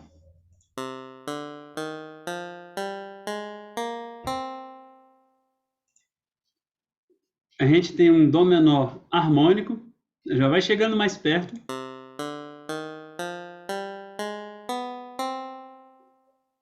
Já tem, essa aqui já é a escala aqui no Ocidente, a gente fala, toca uma música árabe, aí a pessoa vai lá e toca uma menor harmônica. Funciona, né? Dá a cara, mas ainda tem a sutileza dos microtons que a gente não tem. Agora eu vou mostrar dois modos aqui que eu gosto pessoalmente, que é o Hijaz e o Rast. Mas tem vários outros. Depois eu posso mandar referências aí. Tem um site que é Macan World, que é muito bom, o mundo do Macan. Tem também o Makamat, que é muito legal. Vou mostrar aí o Hijaz. Vocês vão ouvir e vocês me digam depois aí no chat se vocês perceberam a diferença das relações. Eita, mudei a imagem, foi mal.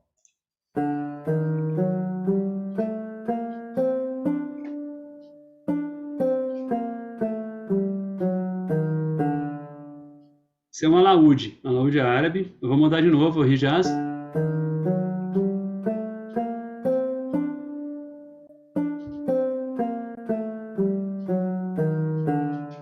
E agora o Rast.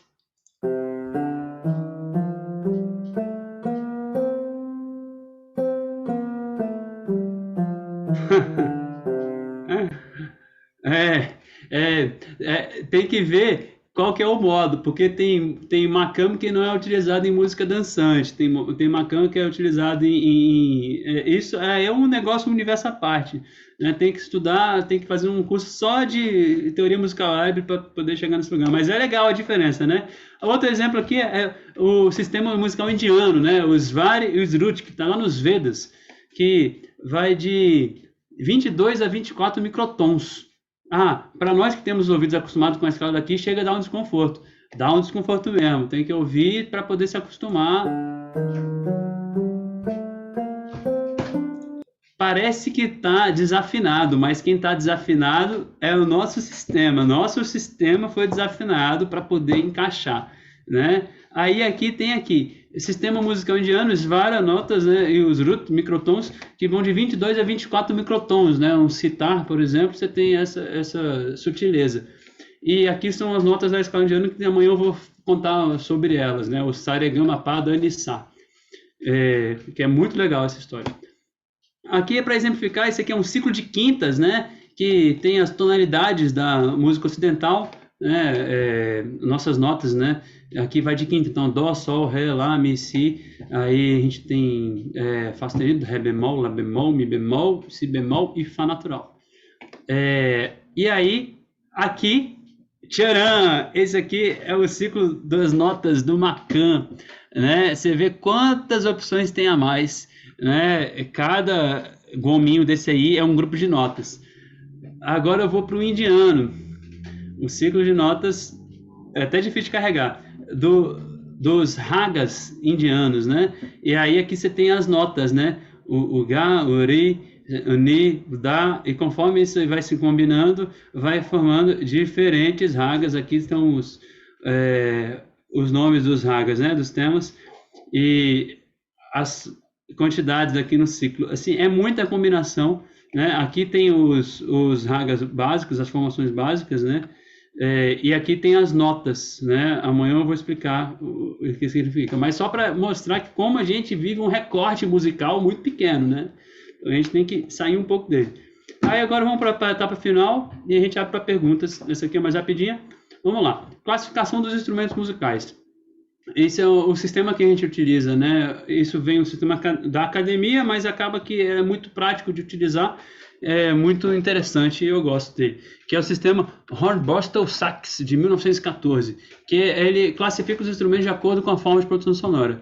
Essa agora aqui é essa primeira etapa do primeiro dia de curso, é justamente entender com o que se faz música, né? A gente faz música com o quê? Com sons, com instrumentos.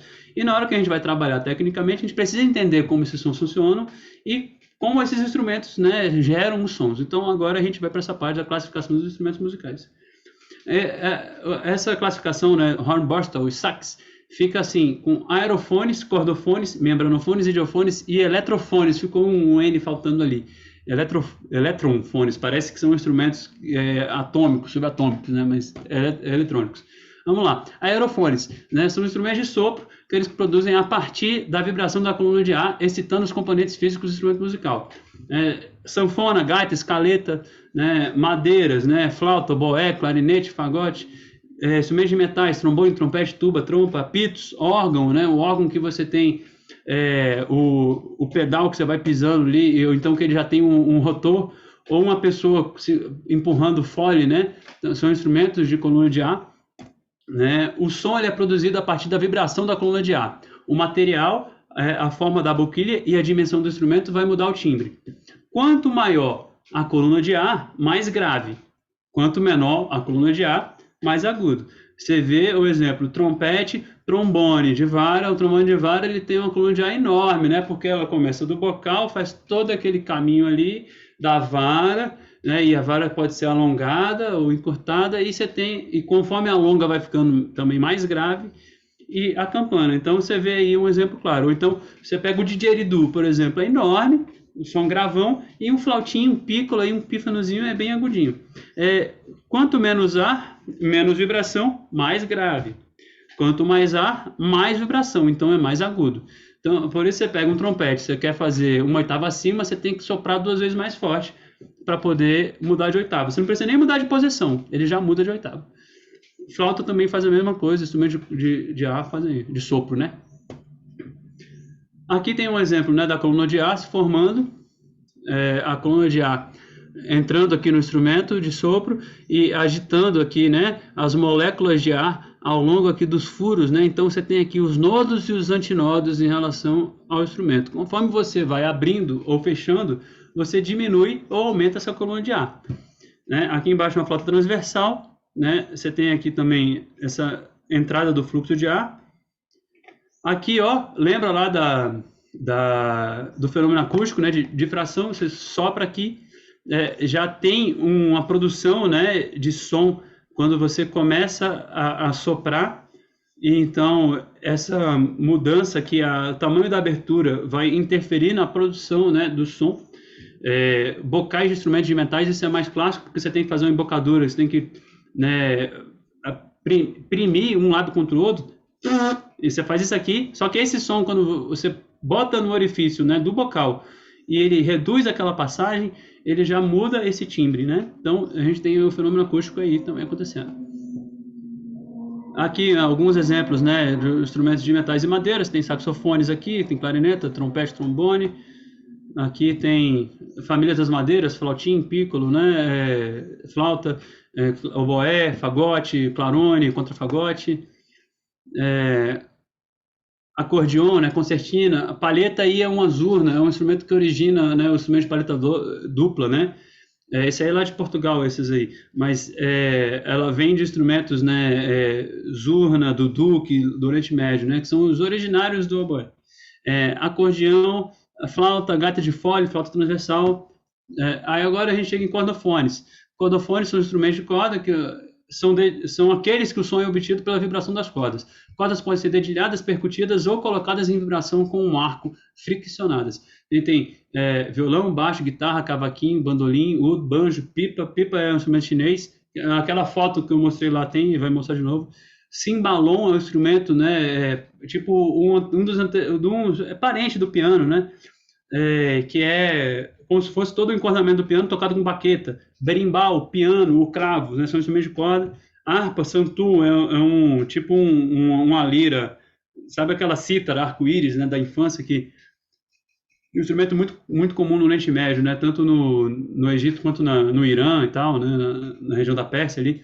A lira, o monocorde é um instrumento com várias cordas, todas afinadas em uma nota só. Hectara é um instrumento indiano que é super legal, que você fica apertando aqui dois pedaços de bambu e ele deixa a nota mais grave. Violino, rabeca, violoncelo, contrabaixo, viola, erhu, também instrumento de corda friccionada, né, do Japão. E o som é produzido a partir da vibração da corda. né? O tipo de corda somado à reverberação dentro da caixa acústica vai determinar o seu timbre. Corda de nylon, corda de aço revestida, né? Corda de nylon revestida, corda de tripa de animal, tripa sintética, corda de borracha. E isso vai variando, né? Os formatos das caixas acústicas. Quanto mais fina, curta e esticada, mais agudo é o som. Como capta tanta coisa, no slide, botando no slide as coisas vão encaixadas. Quanto mais grossa, longa e frouxa, mais grave. Quanto mais grossa, longa e frouxa, mais grave. Quanto menor a caixa acústica, mais eficiência ela tem para os sons agudos, né? Caixas acústicas pequenas, por isso que um ukulele, né? Mais agudo, ele tem uma caixinha menor. Um violino tem uma caixa menor. E um contrabaixo tem uma caixa maior, porque quanto maior a caixa acústica, maior a eficiência ela tem para os sons graves. Mas isso também é questão de observação física, né? E acho que conforme a gente vai ouvindo e se envolvendo mais com esses elementos, a gente acaba se acostumando também. Mas tem muita pesquisa para fazer esse curso aqui. Bom, esse aí é o corpo de um violão, né? Mostrando justamente esse movimento de vibração nas cordas, o ar passando por toda a caixa acústica, né? Vibrando, né? O tampo, vibrando ali o fundo, né? Todos os elementos, você tem ali a alma do instrumento, né? Que transmite essa vibração, né? Do tampo para o corpo e ajuda a aumentar essa ressonância e reverberação, para mostrar como é que funciona essa produção do som do instrumento de corda. Tem aqui as formas, né? As formas que você tem como, basicamente, de atacar, né? Atacar ou tocar as cordas, né? Pode ser dedilhando essa primeira imagem. Aí no lado dela tem percutida, né? Corda percutida, martelo do piano, né? E ali embaixo você tem a fricção com arco. Cada um desse elemento vai mudar o timbre, né, do instrumento. E aí alguns instrumentos aí da família das cordas, né, bandolim, cavaquinho, a guitarra portuguesa, você vê que eu fui pesquisando coisas e saíram várias imagens de instrumentos portugueses e eu achei legal e botei, né, violas antigas aí, e já estava prontinho um slide, né, com o nome, depois eu mando a referência. Aí tem essa imagem super legal também, que tem uns instrumentos diferentes. Tem a pipa, bem no cantinho aqui direito tem a pipa, o instrumento chinês. Tem aqui, ó, o santur também, né, harpa, guitarra elétrica, banjo, né, tem ali um cello, uma viola da gamba. Tem aí um baixo de 2 braços, né, parece uma balalaica. E bandolim, enfim. Aí aqui tem a rabeca. A rabeca tá aí. Aqui, deixa eu ver, acho que a rabeca não tá nessa foto, não tem justamente, eu não vejo a rabeca aqui na imagem, mas a rabeca é sim um instrumento de corda, friccionada no caso. Ela é muito parecida com o violino, né? Aqui é o corpo, né? Um corte, né? Longitudinal, mostrando a caixa acústica, né? Do violino. Aquela relação, né? De difração de novo, né? Essas aberturas, né? Em S, né? Mudam o timbre e acabam que são responsáveis de como que é o timbre final do instrumento também, né? Se eu tivesse uma abertura circular, seria outro instrumento, né? Muda completamente essa relação. E aí tem um cavalete, né? Que as cordas ficam aí repousando, né? Ficam repousando não, elas ficam muito tensionadas, né? Nada de repousado, mas ficam tensionadas sobre o cavalete, né? Em contato ali, né? Com o tampo e diretamente com a alma, né? Que é o que sustenta, né? O tampo ali aberto, e isso faz com que essa vibração ressoe por toda a caixa de ressonância. Aí é uma foto para mostrar um pouco das variações dos instrumentos de cordas friccionadas, né? Não existem outros instrumentos além, né, do violino, viola, cello e contrabaixo. Manja completamente isso aí, né? Mas para quem não tem esse vislumbre, olha o tamanho assim, o baixo, né, o double bass, né? E outros violinos menores, né? É super legal a variação dos instrumentos. Membranofones. Membranofones são aqueles em que o som é produzido quando são percutidos sobre uma membrana esticada que entra em vibração. Precisa estar esticada. As membranas podem ser de origem animal, sintéticas ou até mesmo de tecido. Podem ser tocadas com as mãos, baquetas ou apenas servir como ressonadores. Tímpano, tom-tom, surdo, bumbo, tamborim, pandeiro, bendi, daf, rique, esses são instrumentos. Tímpano é instrumento orquestral, tom-tom também. Surdo, né, já tem aqui muito nos ritmos brasileiros, né, tem na bateria. O bumbo, tamborim, pandeiro, bendi é um instrumento, né, um pandeirão lá do Oriente Médio. Daf também é do Irã ali, que é um pandeiro árabe que originou o nosso pandeiro. A Duf é um pandeiro quadrado. Depois eu acho que vai vir umas fotos aí. Zabumba, Manuelegueira, só é só para exemplificar. A cuíca, né, também membranofone. No caso da cuíca, ela serve como ressonador. Aí vem aqui, vibração da membrana tensionada por um corpo, que a gente precisa tensionar essa membrana, precisa ter, por isso tem afinação com corda, com cravelha, com parafuso. Quanto mais tensionado, mais agudo. Quanto mais relaxado, mais grave. Quanto maior a pele, mais grave. Quanto menor, mais agudo. E quanto maior a caixa de ressonância, mais sustentação o instrumento vai ter em baixa frequência. E assim, vice-versa, quanto menor a caixa, maior definição em alta e menos harmônicos e menor sustentação. Tamborim, você toca, a sustentação é mínima, né, mas tem uma definição muito na alta, e o surdo, né, muito grande a caixa, sustenta muito tempo. Tá aqui uns exemplos, olha a Duf que eu falei aí, pandeiro quadrado português, as pandeiretas, essa ronca é o que originou a cuíca. A cuíca que a gente toca no Brasil veio desse instrumento aí, que é tocado assim no ombro. Pandeiro quadrado, tem outro Adolfo aí, conga, tamborim, bombos, né? Aí conga, bongô, djembe, darbuca, derbaque, né, lá da música árabe, atabaque, pandeiro. O pandeiro está em duas classes porque ele tem platinela, então ele também entra na próxima classe. Aí os tons, aí já vamos fazer o gancho, os tons, né, da bateria aí do Terry Bozzio, e aí a gente já pega aí o gancho aí dos pratos para o próximo elemento, que são os idiofones. São instrumentos que produzem som ao serem percutidos, provocando vibração de todo o instrumento musical. Ou seja, o corpo do instrumento produz aquele som. Não precisa de uma coluna de ar, nem de uma corda, nem de uma membrana. Então a gente tem instrumentos de ferro, agogô, cowbell, pratos, triângulo, teclados de percussão, que é marimba, vibrafone, xilofone, e por aí vai, chocalhos, né? Reco-reco, guiro, castanhola, carrilhão, sino, né? Boomwalker, são aqueles tubos de plástico, né, colorido. Quando a gente acha que não inventaram uma quantidade de instrumentos suficiente, inventam um novo e é incrível esse negócio. Bloco sonoro, semente, vibroslap.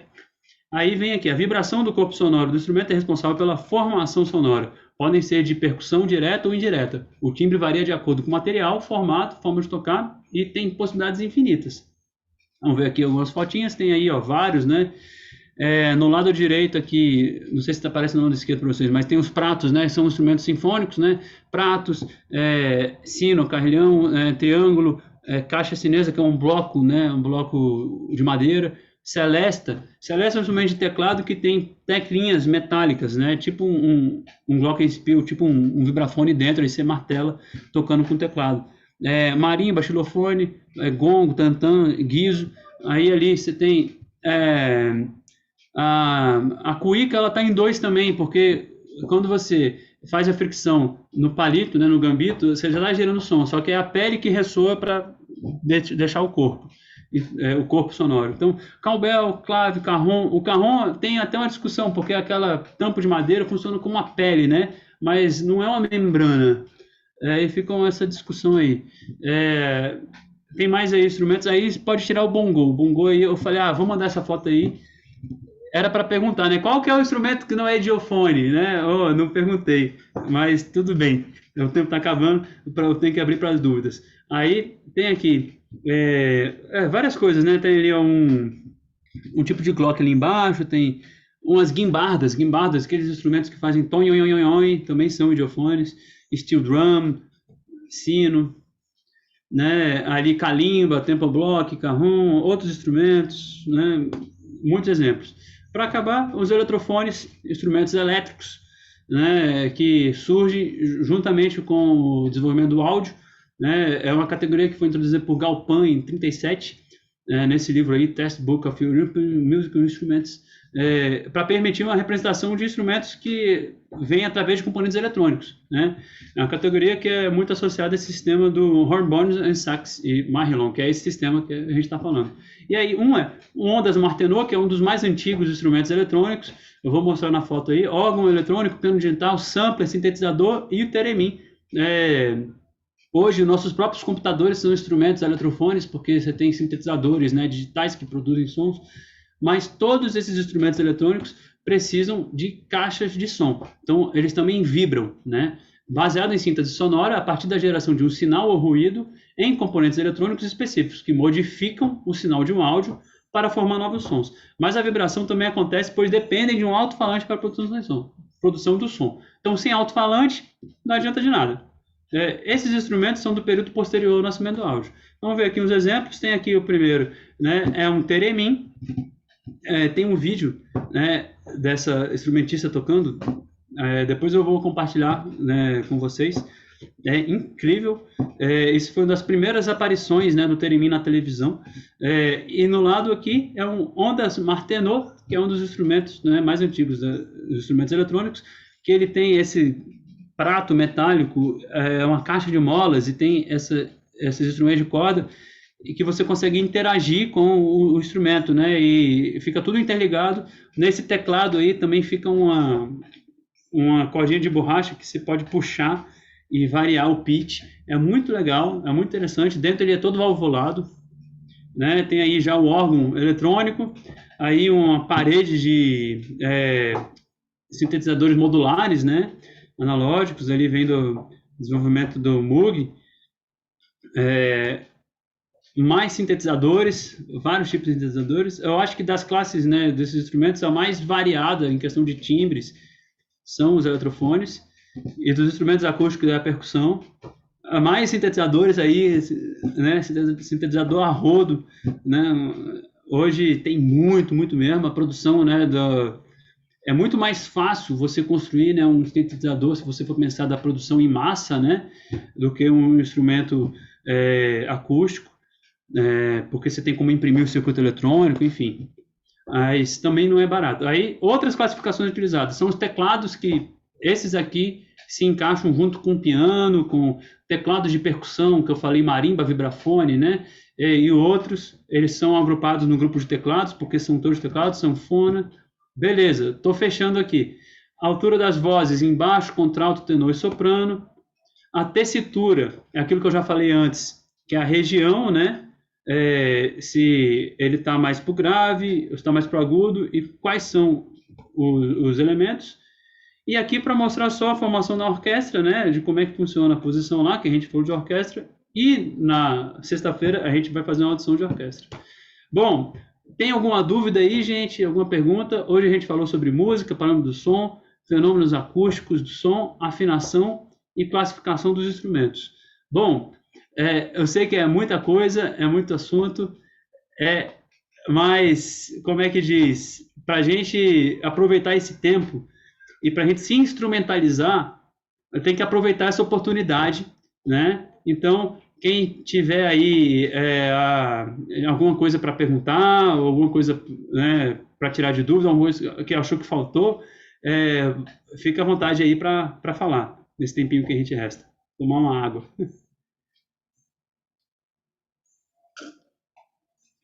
Valeu, Jota. Bom trabalho.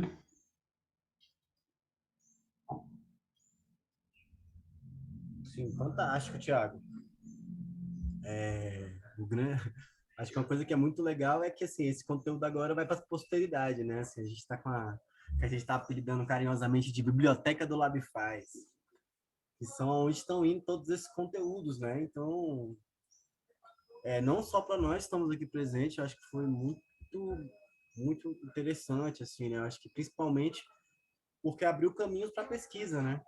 Porque, como você falou, são muitas coisas, mas acho que fez alguns apontamentos que estão servindo, acho que para todos aí poderem pesquisar e aprofundar mais no que lhe cabe, né? No que está no seu caminho, né? Uhum. E só tenho a agradecer, assim, por essa oportunidade de poder estar compartilhando com você aqui. Esse é o objetivo. Cadê? Kika quer falar? Fala aí, Kika. Boa tarde. Estou com saudades suas, em primeiro lugar. Em segundo lugar, minha pergunta é... Cara, a Bruna também falou, né? Como cabe tanta informação na cabeça. Você trouxe muitas informações. Sim. De diferentes fontes. Eu queria que você falasse um pouco sobre esse seu processo dessa bibliografia, desse trabalho que você está construindo, como que você chegou a a esses lugares e essas informações que você trouxe para a gente? O processo que você criou para isso? Olha, tem de tudo um pouco, né? Muito é da minha experiência, a forma, né? Esse caminhar. Tem muita coisa da minha experiência pessoal também, da forma como eu aprendi, como eu estudei. E aí tem várias referências dessa pesquisa, né? Tem livros dos cadernos de música de Cambridge que eu utilizo de referência, livros de rítmica aí que vão ser utilizados também, tem livros de história da música e tem várias fontes também de internet, né? Tipo imagens retiradas, né, de certos artigos de internet, coisas que fui atrás de artigo, mas acaba que primeira coisa é essa, vem muito da formação, né? Eu estudei na escola de música, acabei que peguei muito esse caminho de tipo como pesquisar a coisa, né? E depois de ter feito biologia a gente aprende muito a pesquisar, né? Então acaba que isso facilita. Mas tem muitas fontes, tem muita coisa na internet, tem coisas de livros que eu, né, peguei as citações de alguns livros e coisas da minha experiência também da relação profissional. Respondi isso aí ou não? Depois eu posso juntar a bibliografia, né, e compartilhar também, junto com os slides, quando eu terminar. Sabe dizer, Josilene Vieira, sabe dizer qual a diferença do som entre a rabeca e o violino? A diferença assim, sonora, né, a questão do timbre, da minha percepção, né? Depois, se Mar puder dar uma contribuição, porque justamente o instrumento de corda percussionada, o cello, né? Mar toca cello, então acho que vai ter mais competência para falar sobre isso. Mas a minha percepção é de que a rabeca ela tem menos, né, proeminência em altas frequências, né? Ela acaba que tem um som mais aveludado, né? Pelo menos é a sensação que eu tenho, mas eu estou vendo de memória. Mas a diferença, assim, muito grande também que tem a forma de segurar, né? Que o violino segura aqui no queixo, a rabeca segura mais no braço, né? A forma do instrumento é ligeiramente diferente. Acho que assim a melhor forma é pegar um vídeo ou um áudio, né? Isso aí, né? A rabeca tem menos definição. Inclusive, né? Por ser um negócio mais rústico, a construção é mais rústica, né? Às vezes feita até com madeira escavada, né? Você tem rabecas feitas de madeira escavada. Já os instrumentos em violino muito feito já com pranchas, né? De madeira e tal, moldadas. Depois eu posso mandar o link, eu vou separar para mandar amanhã para você, um documentário que eu tenho aqui de construção de rabeca e um de construção de violino. Aí é legal que dá para ver. Mas no YouTube acha fácil. Mas eu posso separar o link para mandar. Amanhã eu envio.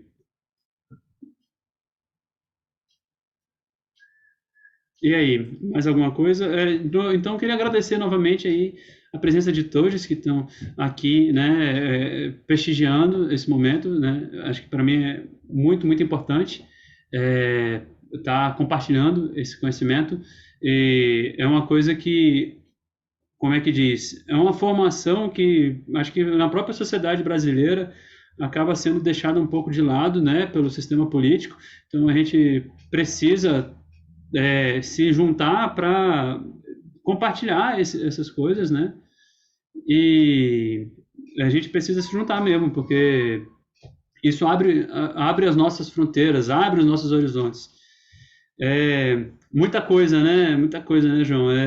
E assim, eu tentei fazer um recorte do que eu considero importante no nosso dia a dia. Então, o primeiro dia é isso, esses elementos. Amanhã vai ser conceitos estruturais da música, que é melodia, harmonia, teoria, né? Tipo partitura, notação musical, e como utilizar isso no dia a dia técnico. E o último dia vai ser um dia mais prático. Tentei pegar um apanhado de coisas, mas o assunto é muito vasto, né? Se for pegar um assunto só desse aí, um slide desse, dá para a gente desenvolver um curso de meses em cima.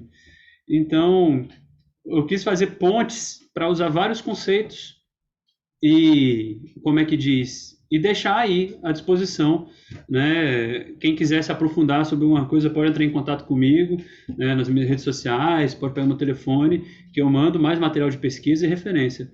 E é isso aí, estamos abertos para o que der e vier daqui para frente. Valeu demais, Labfaz. Valeu, Kika, que ficou botando pilha lá no estúdio depois de uma conversa. Ela falou: véi, você tem que falar isso aí, você tem que dar aula disso aí para as pessoas. Ó, tem um curso no Labfaz que tem que ter de música para galera e tal. Pô, você não pode fazer? Aí eu fiquei assim. Aí depois eu falei: tá bom, vou fazer.